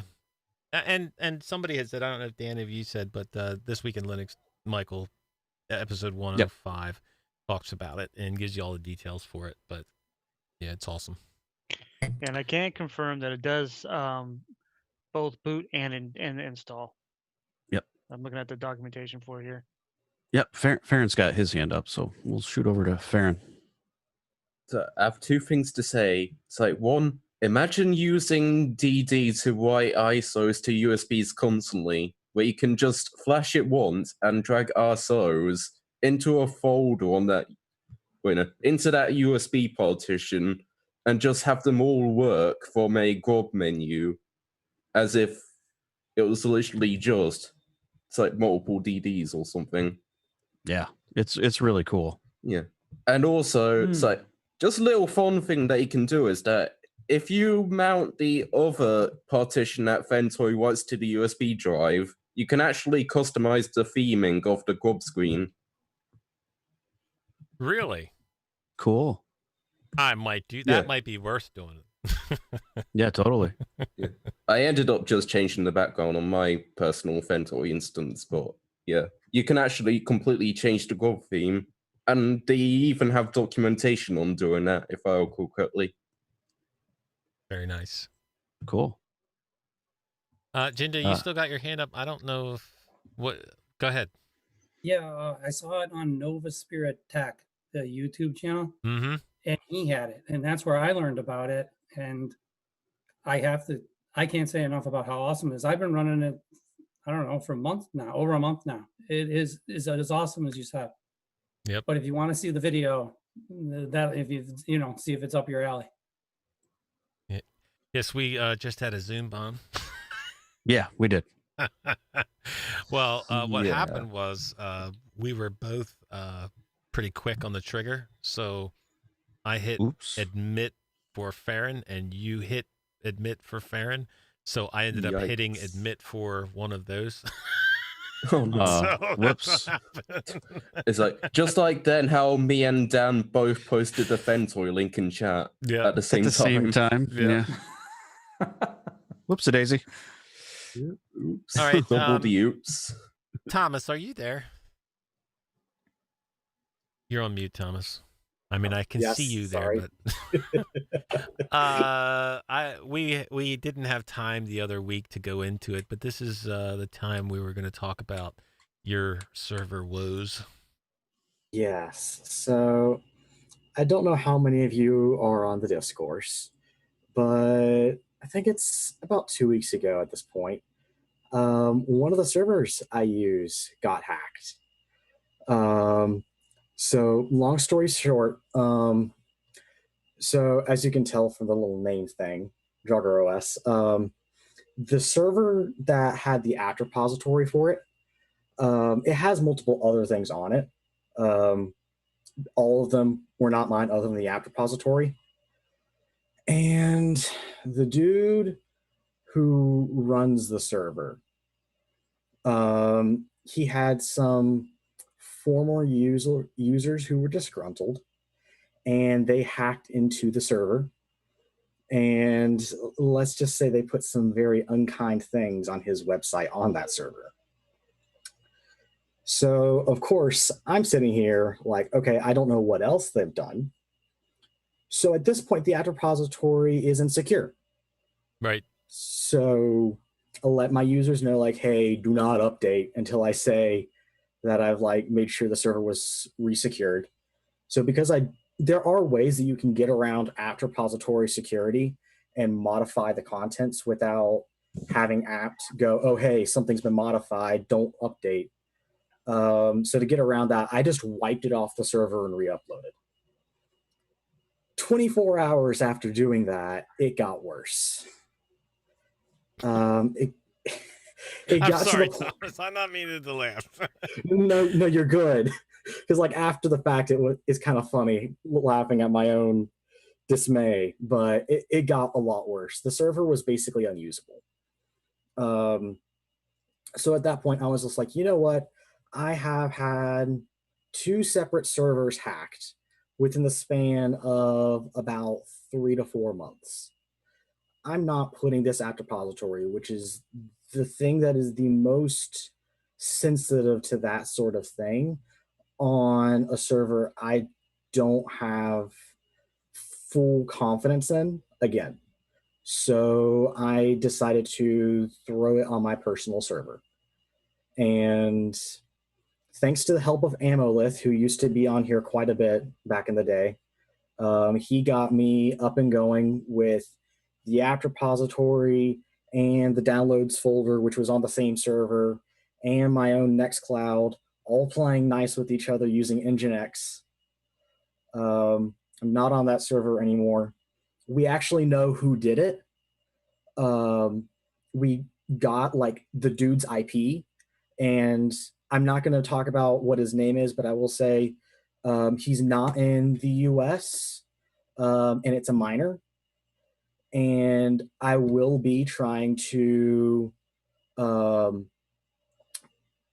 ways that I can get some legal recourse. Because if any of you guys heard that the repository that you update from got hacked, I assume that you would probably also be kind of upset. Yes. So Definitely. I figure doing that would at least show my users like, hey, I mean business. I know I can't do much because he's in a different country and he's a minor. But I actually have friends who are lawyers, and I'm going to ask them if they can at least point me in the right direction and see if there's something I can't do, either some sort of fine or who knows, juvie time. Well, Thomas, I think the more important thing for your users, more so than seeing that person, come to Get in justice or get in trouble or whatever, I think the more important for your users is for you to show and explain the steps you're taking now so that it doesn't happen again. So Right. I think that's more important than the first part. Yeah, showing them that you're securing their information is going to be more important to them now than what you're going to do as far as Right. twerp. And I have actually made a blog post on the Draugr OS blog about some of the stuff that I'm doing. I'm not going to go into full detail because, if I disclose everything that I'm doing, then, hackers could be like, okay, I see everything he's doing right now. These are the weak points. But I did talk about how I have essentially blocked the people responsible from using Draugr OS at all in any meaningful way. And so because the app repository is on my personal server, I have physical access to it. It's literally here down at my feet right now. I know who has access to it, and I can see everything that's going on in that server at any given time. We are monitoring its uptime. We are monitoring the app repository specifically. If something changes with the app repository, I will know within, at most, an hour, at minimum 5 minutes. Just depending on what exactly happens. And there's those things that I'm doing. I'm not going to go into. Look, Thomas, if you look around at any of the services, whether it be web browsers or systems or companies, there are times where those things happen. But the most important thing is how you react to it and what you do to make sure, like I said, it doesn't happen again. And I'm not saying you should go and detail everything you're doing so that everybody can see it. But the idea is to give the general, your users, the general information of we are taking these general steps to make sure this never happens again and build their trust back. That's right. Again, that's the most important thing. And I agree. And I'm not a pen tester. I'm not a security researcher. I wish I knew people who are way better at that than I am. And I'm sure I do and just don't know it. We can hook you up with people that would probably help you in that I would area. be so appreciative of that, to be honest, because I want to make sure that my servers are secure, not just for myself, because since this is on my personal server, if somebody hacks this, that's putting myself personally at risk at this point, because that's my personal Nextcloud. That's my personal home network. And if somebody hacks that, I'm not in a good way. Yep. So we will definitely give you some links to people, and I may even talk to a few people that will help you out with that. Yeah. On the bright side, out of all of that, the apt repository is significantly faster now. So, yay. Yep. All right. Before we move on, does anybody have anything they want to bring up? Throwing it out there, opening the door. Just to go back to Ventoy real quick. I just tested it, and I know because someone was saying about Solus, how Solus, trying to DD Solus on a multi-boot drive always had issues.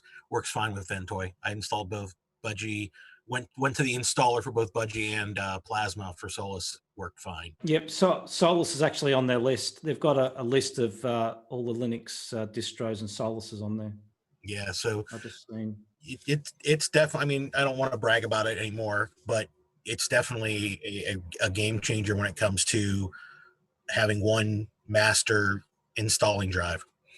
So absolutely. I don't know, like maybe you guys are way more advanced than me, but when I went to the page and I looked at the instructions to install it, and we mentioned this in the earlier show, the command, if you copy and paste, does not work.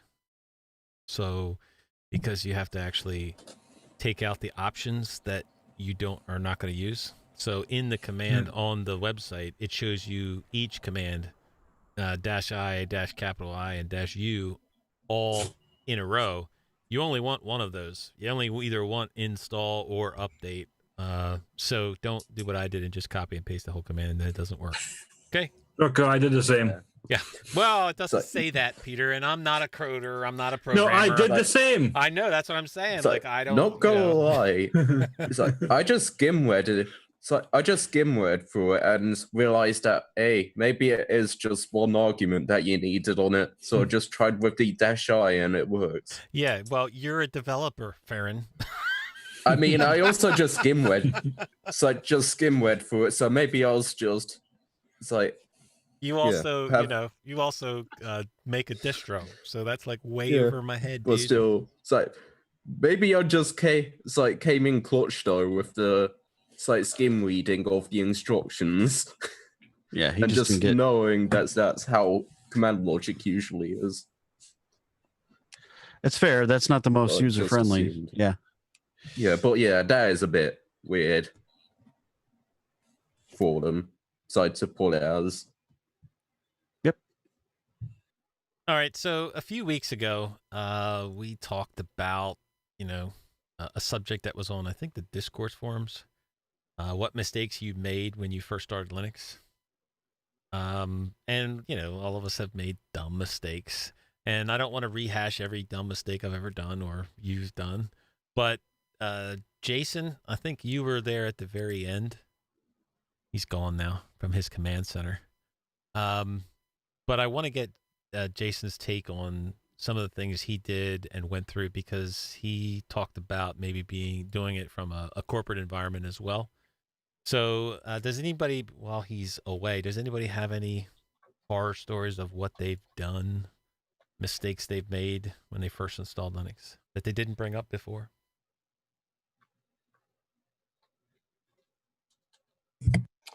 I used gparted to try and set up a USB drive for an ISO for one of our tests, and accidentally just plowed under my entire operating system. I'm not laughing at you, dude. I've done the same exact thing. I mean, because I got a ton of drives in the machine, and when you start gpart, it gives you the first one in the row, the SDA at the top. I forgot to drag it down to the bottom and go to like the SD, G or something like that, and then pay attention to the size or anything, and just poof, gone. I've never DD'd my main drive. Never. Never. No. I'll tell you one thing, backups make you feel a whole lot better after you do that. At least this year that hasn't happened. Oh, no. Yeah. I think the Of course, only it's still one- only June, so well, now with Ventoy, I don't have to. Hopefully, I won't have to DD anything anymore. To make it worse, it was a net installed Debian distro too. So to put that back to normal, it took me. No. Yeah, it took me like a half a day out of my way to put it back. Having to download everything just to install it. I think the only thing I didn't think of was probably my biggest blunder, and it was my first time ever installing Linux. I didn't know about the concept of live USB drives. I thought you took the hard drive you wanted to put your OS on, partition it the way you want it, and then just plop the ISO on it. And the BIOS would just boot the ISO right like that. So it was like partition, ISO file. Nothing burned to it, no DD, none of that. Just plop, done. Did not work. Well, I actually, This is a unique USB drive because actually it's not an ISO, it's Linux Mint from the ISO installed to this USB as if this USB was the hard drive. And everything I stick it into, I can boot and work on it. Yep.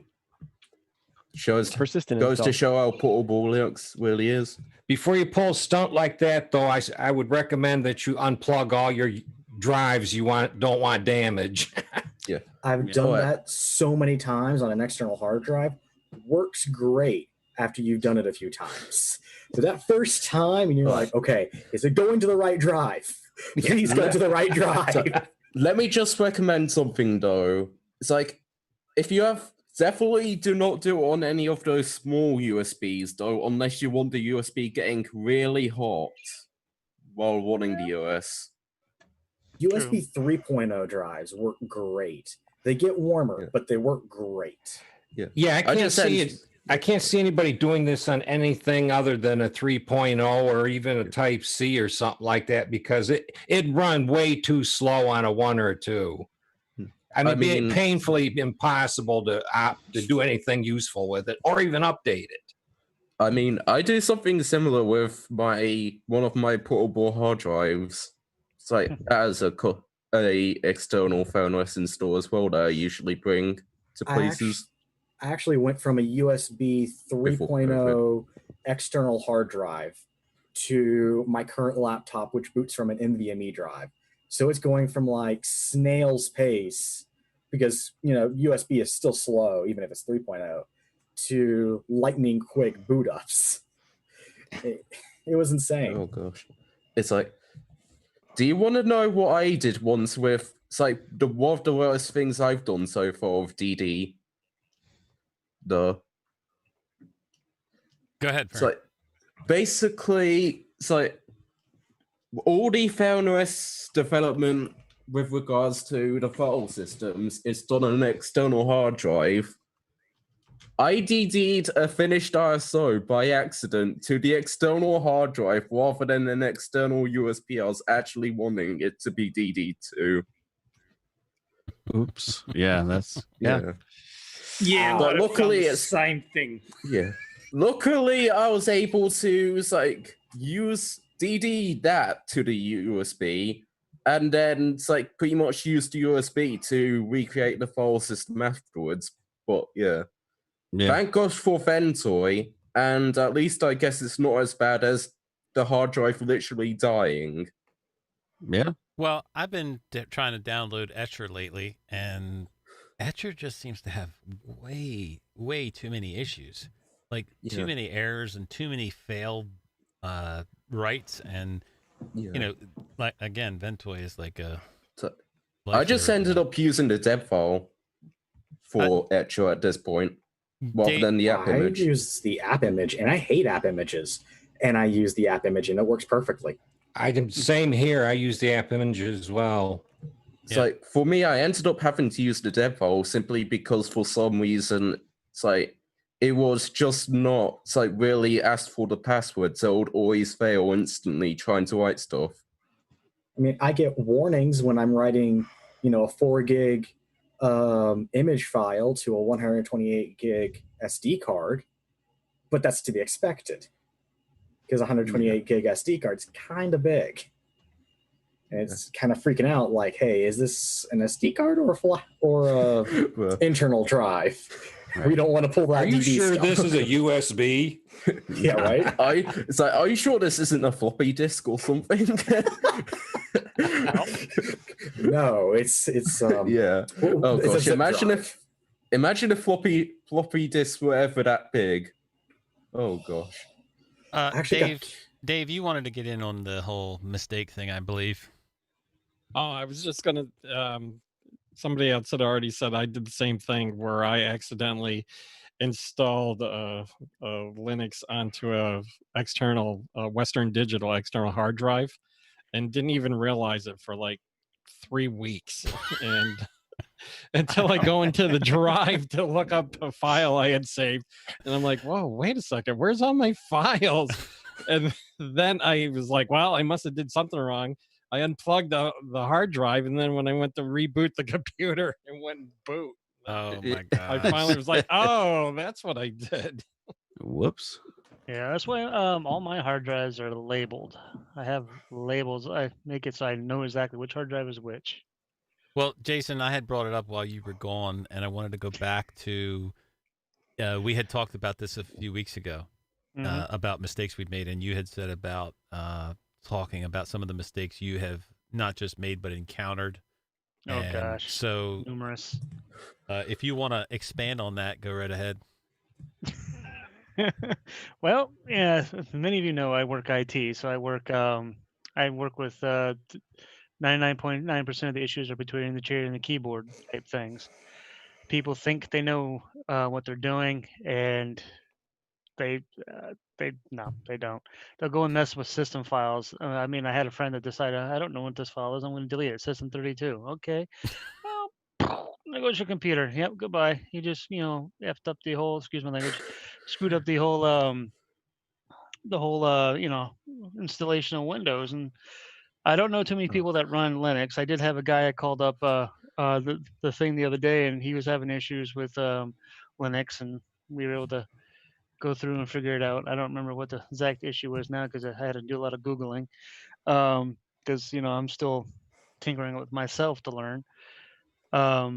But me personally, I had, growing up when my brother and I's favorite thing to do with our computer was to break it.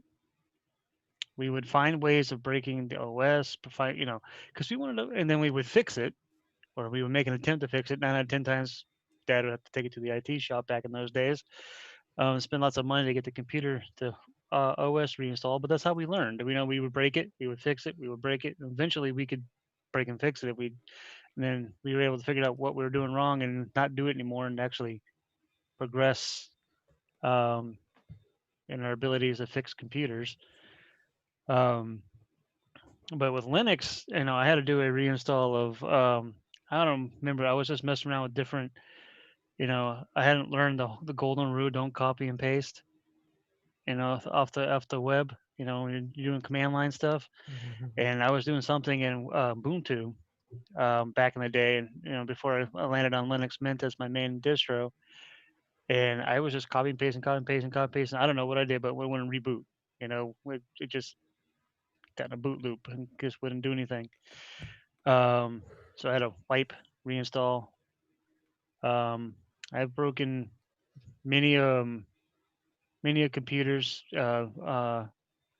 computer installations of Windows and of Mac OS. I was a Mac Tier 2 for Apple. And I would have to help people try to figure out their computer problems. But the issue with that is you're going in blind because you don't know what they've done. And you have to backtrack based off of somebody that's, oh, I'm not techie. I'm like, what? You don't know what you're doing, then what are you doing stuff? And then I remember I had to go through and I ended up doing something to somebody's Mac installation and having to do a full reinstall. And they didn't have a backup because most users don't realize you should actually have a backup of your systems, and didn't realize that they have a backup tool built into Mac OS, the time machine. So yeah, that wasn't a pretty call. That was an 8-hour phone call because I had to stay on the line to make sure I fixed it. So Yep. I mean, I've done all kinds of things, breaking things. I was, with that particular Mac install, I was trying to fix what they did by just doing a repair and ended up making it worse. Well, yikes! These are the issues you run into. Yeah, when you work IT, you're gonna see it all and break it all. Yeah, Clonezilla is my friend. Backups are my friend. Any backup, yeah. Yeah, on an external hard drive or a separate hard drive in general. Just don't back up on the same system as your OS. On the same hard drive rather as your OS. Don't make that your. I've learned. Yeah, don't make that your only backup. Let's put it that way. Yeah. Oh gosh, I've learned over the years that OS, the best thing to have is a drive for the OS, a drive for your games and all your other programs you want to install, and then a separate drive for any storage. So that way, if you do have to erase, do a reinstall of the OS, whether it be Windows, whether it be, Linux, Mac, whatever, you have it on a separate hard drive. So when you wipe it, you don't lose any of your files. So backup may not be necessary because you already have everything separate, but still get the backup. Yeah. DJ, you got to have some stories, dude. Come on. He's holding out. Sorry, I've missed most of this conversation. What are you all? We're talking about our computer woes. We're talking about mistakes that we've made in Linux, like writing things to the wrong disk or overwriting. You got to have some horror stories of things that went wrong. I have a recent one actually. Oh yikes! Oh my goodness! So I was running XCPNG as my virtualization engine for a while, and I had put it out with the BIOS install. And when it came time to upgrade, read the manual. Nah, I'm not gonna read the manual. I'm just gonna go and install it. Right? Just gonna just upgrade it. It's a guy thing. It's a guy thing. That's right. Read it after the fact. Figure out. We don't need directions. Yeah. Read the instructions. So I had performed my backups and got all those done, but doing VM backups isn't always the most reliable way. Anyway, to make a long story short, went to install the new upgrade, and of course it reverses it. It tries to put it on to a UEFI, and of course it then says I can't install this. And in the meantime, it had wiped out the backups. Oh my! That's part of the thing that it does when it installs. And so it wiped out the backups. So the first time it does it, it preserves your backups and then does the restore. But because it blew up in the middle, it erased them. So because it got to that part where, okay, I've done the backups. Now I'm just going to erase them. But that seems to be like a bad way of doing it. Just for that specific reason. So lessons learned is I had exported the VMs about 6 months earlier, and I had kept those. But they were old, so I had to go, so lessons learned. There you go. There's one of my horror stories. A personal one. So backups are good, provided that the software doesn't erase them during an upgrade. No. Wow. Oh no. Hey, hey, So- Bill. Yes, sir. Hey, do you have any horror stories in coding? Well, not coding because I don't really code, but I've committed to production when I meant to commit to dev. Hey, that's cool. That's fun. And That's the best way to make sure it works. and it's Well, that's fantastic. when you take down an entire data center versus a home computer, it's much better. It's much more fun. Gives you more work to do. Why have half measures? I mean, go all out. Why take down one machine? I mean, I think everything is like that, though. I mean, we talked about DD. It does have the name Disk Destroyer for a reason. It does. And you only learn from mistakes, whether the mistakes are coding, a bash script, installing, the wrong thing to the wrong drive. You only learn by mistakes. And no matter what it is, if it's fixing your car or doing your Linux distribution, you're going to learn by mistakes, and nothing is ever going to be perfect. And then you learn how important backups are. And it's all just a process. And there's not a single person using Linux for any amount of time, no matter who they are, who haven't done horrible dumpster fire disasters. And anyone who says that they've not done that hasn't ever really done anything. It's never happened. Never to me, done it. Bill. Never done it. Alrighty, Colin. Never done it tonight. And the best thing about it is if you do this and you're listening, don't get down on yourself. Use everything that happens as a learning experience and drive on, figure out why this happened. And then when you make that mistake again, which you will, you'll be like, let's not do it a third time. There you go, DJ. Don't do it a second time. And this Or is a not, third we're not or talking about, fourth. just remember, this is also dating and everything else. You're going to make those mistakes. So just drive on and smile and pay the lawyer. Daniel. That sounds more like divorce than dating. Yeah, I'll be quick, but it's like one of the worst things that I ever did was when I was trying to install Arch the first couple of times, and I had to go through like the GUI and the non-GUI use of fdisk. Yeah, no. Bad news. It didn't end well. No, not the first couple times. So again, having appropriate backups is always a good plan. Now, the first time I did not have appropriate backups. The second time I learned my lesson. So, Well, there but you go. again, At least you learned. Well, yeah, and that's what Bill was saying. You make these horrendous blunders and you learn from them, and then you'll make blunders eventually again, but you learn how to recoup better, I guess. Yeah. Well, you know what drives Speaking me of Arch, insane? by the way. Oh, go ahead, Colin. Speaking of Arch, by the way, I'm running Arch. No, you're not. Come on. Yeah, yes, I am. And speaking of destroying backups, what I did was I've got two NVMe disks in my NUC. I took my data drive out so I could install because I was using Esnix scripts. So Esnix made a script. So I was trying the NVMe out on VirtualBox worked well. So I wanted to try it on real hardware. So I did that. So just sort of see how this runs for a while. But I physically took the other disk out. So because I don't trust myself when it comes to typing.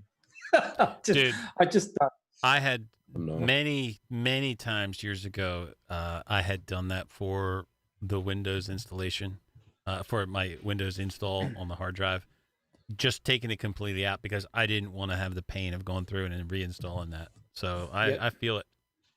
No, it's really smart though. You know your limitation, and you didn't. After wiping out two backups. After wiping out two backups, yes. At the very least, I disconnect the power cables from every disk I'm not going to install something on. Oh gosh.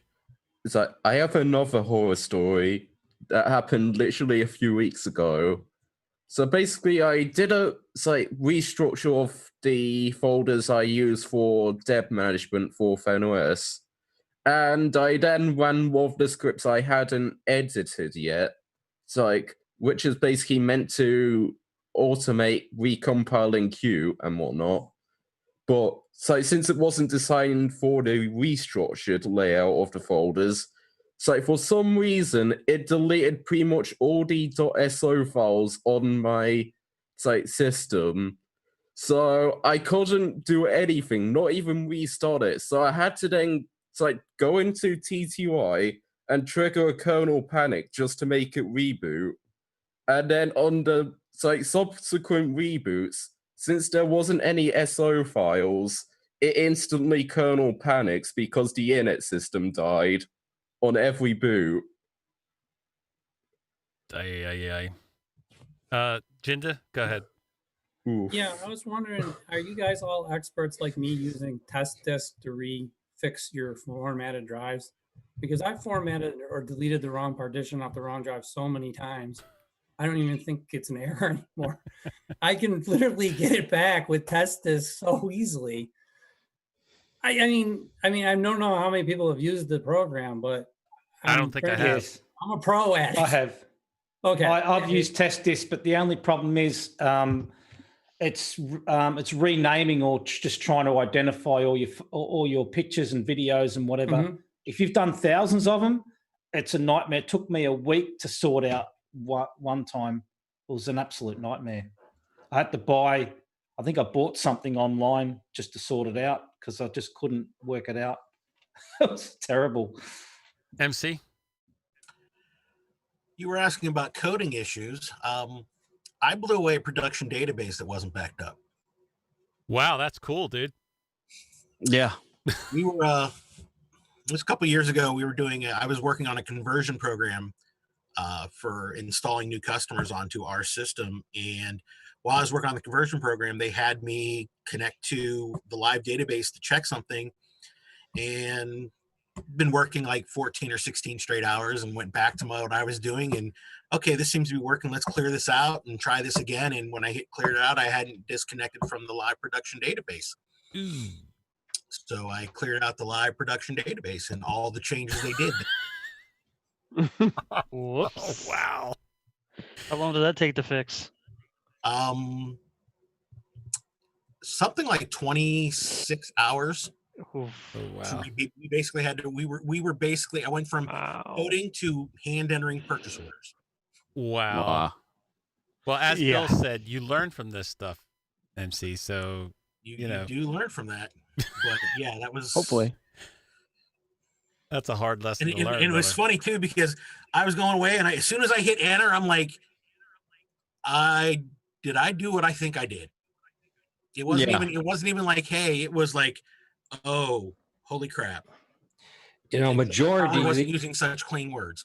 Yeah, a majority of this stuff often happens because we're in a hurry to get somewhere or go do something, and we don't take the time to notice what's going on. And then poof, it's magic gone. Yep. Yeah, I quite often find it comes from frustration as well. So if you're doing something, you're a bit frustrated. Fatigue. Fatigue, frustrated, or even confidence. Overconfidence can do it as well. That's another big thing. When you're too confident, you can do those things as well. DJ?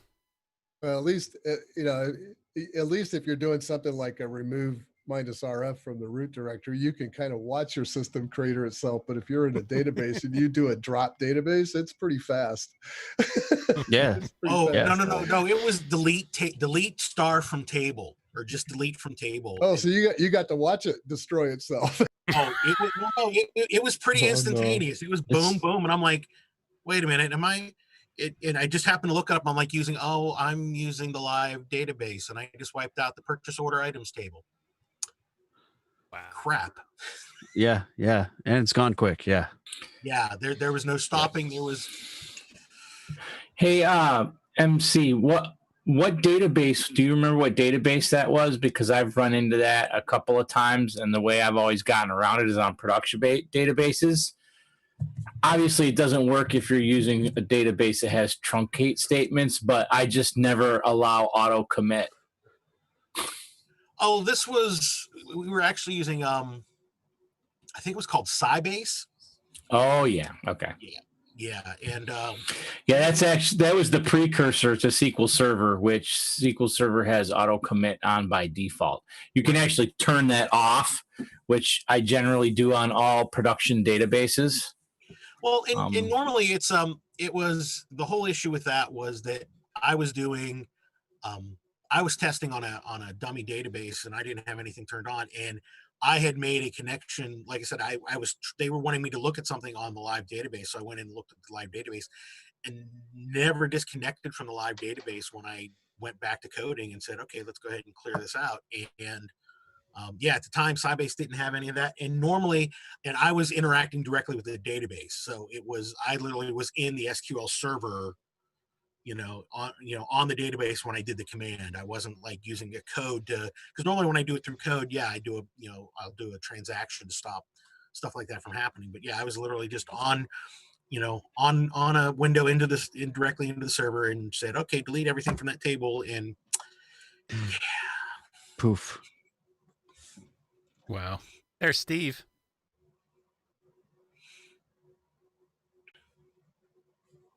You're muted, Steve. Hello, everybody. Hey, Steve. Hi, Steve. Hey, Steve. Steve, I don't think you've ever made any mistakes in Linux, right? Oh, yeah, sure. That was great. Well played, my friend. Well played. Well, you made it here for the last minute or two, but we're probably winding down by now. Is there anything else somebody wants to get in before we close it out? I could probably do a whole show on all the things I've done. What have you done, Dan? Recently? Yeah, Like- anything. Oh, geez. I've probably done it all. I've reinstalled more operating systems more times than I can count. That's for sure. Just because things have messed up. I try not to do stuff like that crazy lately, more recently, but I've done a lot. I've done all the things we've mentioned here, probably at least once. I've had a recent mess up at work where I had a coworker come up to me with a laptop that had Linux sticker on it, right? It was like, why does this Linux laptop not have Linux on it? So I was like, okay, let's go. I wasn't paying attention. It's like, let's get it re-imaged.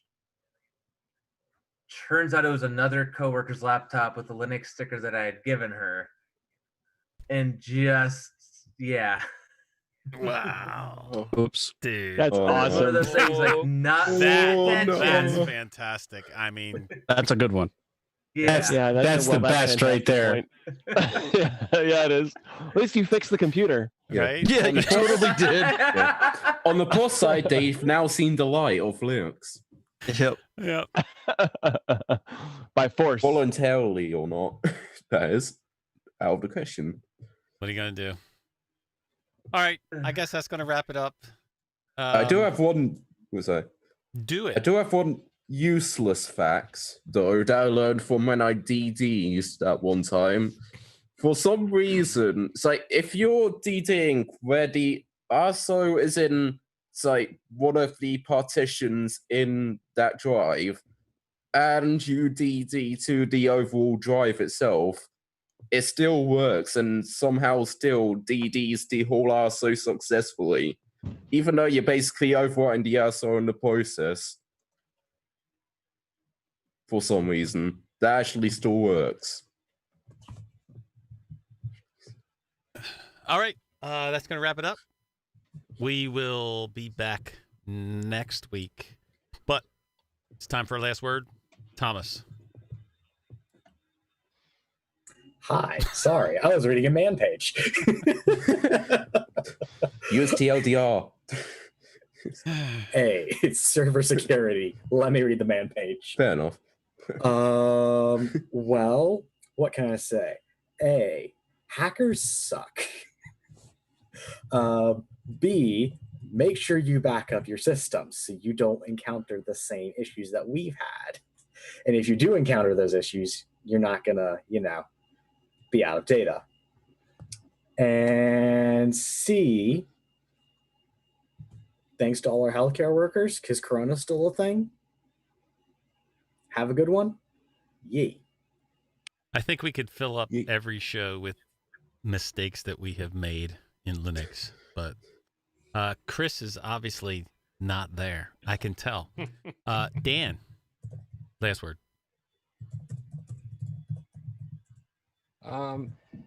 As usual, Rocco, thanks for such a wonderful show and all the wonderful topics that we talked about. I want to especially thank all your helpers, too, that help make the show possible.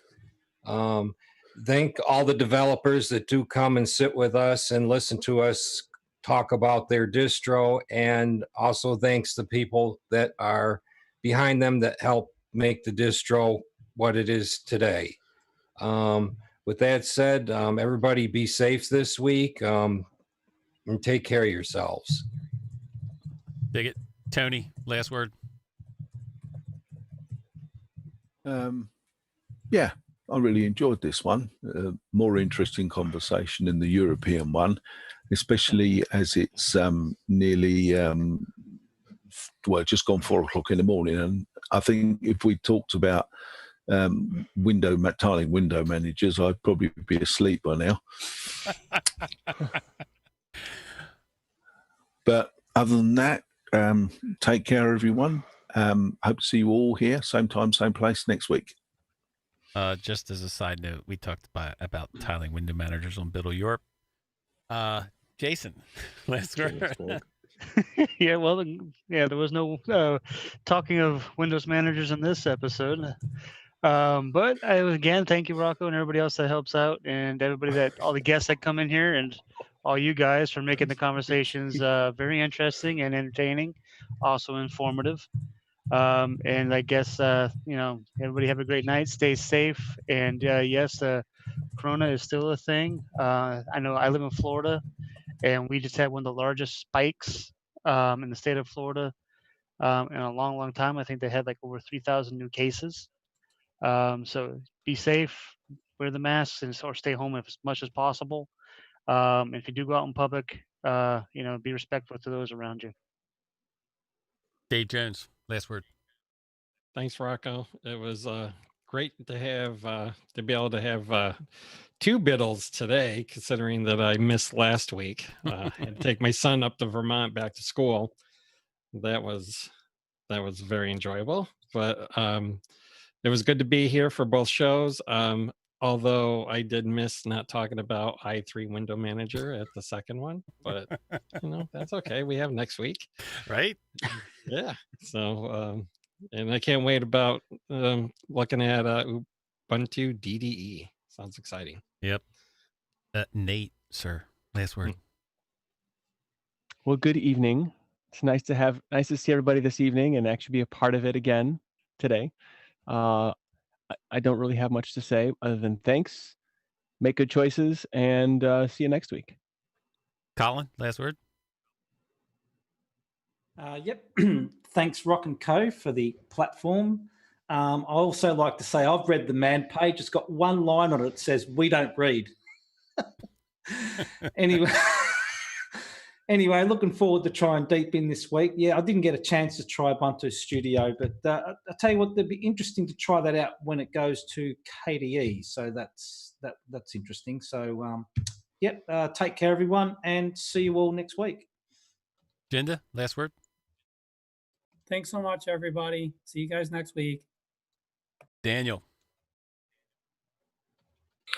Again, Rocco, thanks for putting this all together, and Dan for helping out, and everyone else who helps out. It's always fun to get on here and chat with you folks about distros and whacking things off of computers and just whatever else comes up. So it's always a good time. Everybody have a good week, and talk to you next week. Joshua. Thanks again for hosting the show. Great job again to all of the Ubuntu Studio devs and everyone working together and make the release and Plasma possible.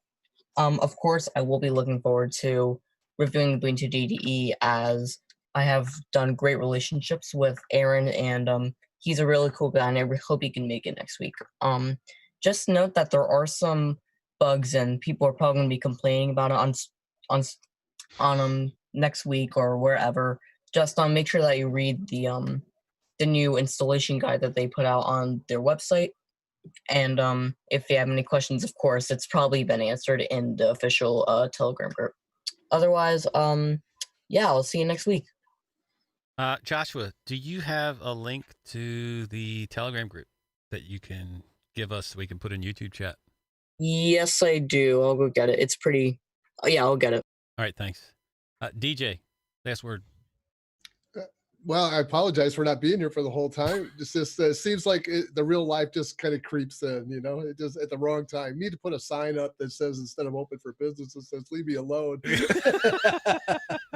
Hope you all have a great week and talk to you next time. Bye. Bill, last word. Let me unmute myself because I've never made a mistake in Linux. So thanks to Erich and the Ubuntu Studio guys and gals for all the work that they've done. And I think, Colin, you mentioned what you wanted to give it a try on KDE. Just throw on the 2010 ISO, and it's there today. I'll do that. Yep. Thanks. Dan, last word. Yeah, I hear there's a pretty great installer there on that new 2010 release as well. So yeah, give that a try as well. Yeah, thanks Rocco for having the show, giving us a forum, and really appreciate Erich stopping in and talking about Ubuntu Studio. That was fantastic, and Fedora Jam too. So that's double whammy, awesome stuff. Look forward to Deepin. Deepin's one of my favorite desktop environments, so I'm kind of excited about that. Baron, last word. It was fun being with you all once more, and to be honest, I'm kind of surprised that they didn't call Ubuntu DDE Ubuntu DDD, because he's the king, you know. Mm-hmm. Okay, Peter, last word. So on Ventoy, when I read the instructions, I always panic when I see anything with /dev/sd. I always panic at that. But so a tip for everyone is lsblk. Fantastic command.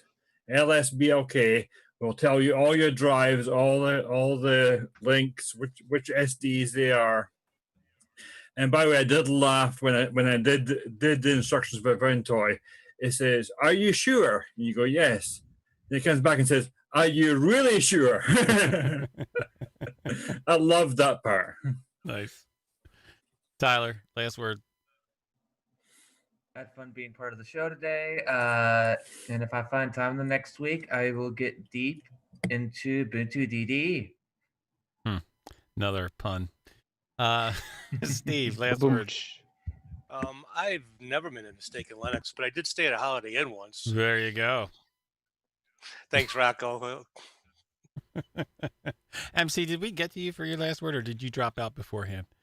No, apparently Zoom has this thing where if I've been on it for 2 hours, it just kills me. Disconnects you. Well, last word, brother. So thanks to Erich for coming on and just doing a great job with Ubuntu Studio, taking that over when that project was having issues, keeping a maintainer. He did a great job coming on here. And then also, if you haven't used Ventoy, use it, because if you haven't used it, you're going to love it. Yep. Agreed. Well, I know everybody said it, but I do want to thank Erich for being here, because there's nothing like being able to talk to the developers about what you're trying and to actually have a communication between them. You know, you can try a distro all you want, but that just gives it that extra touch when you can actually talk to the guys behind it. So I appreciate that. Chris, you were here. You weren't here. Last word, brother.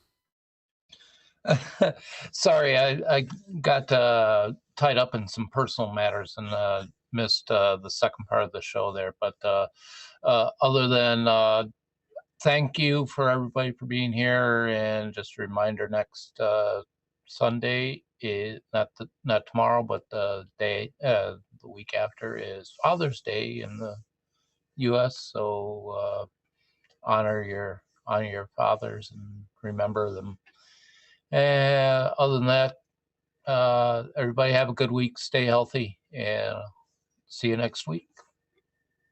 All right. The last thing I got is Linux Spotlight. Like I said, that's going to be every 2 weeks, in a couple weeks. But this coming Wednesday is Mark DeLuzio, so check that episode out, and don't forget to check out Robbie Ferguson's this past week. That was excellent. I don't think I got anything else, Dan. Am I forgetting anything? I don't think you're forgetting anything, Rocco. Okay, good. Phew. So we will be checking out Ubuntu DDE this week. But until next week, long live Linux. Ciao. See you. And welcome to the Plasma Gang, Eric.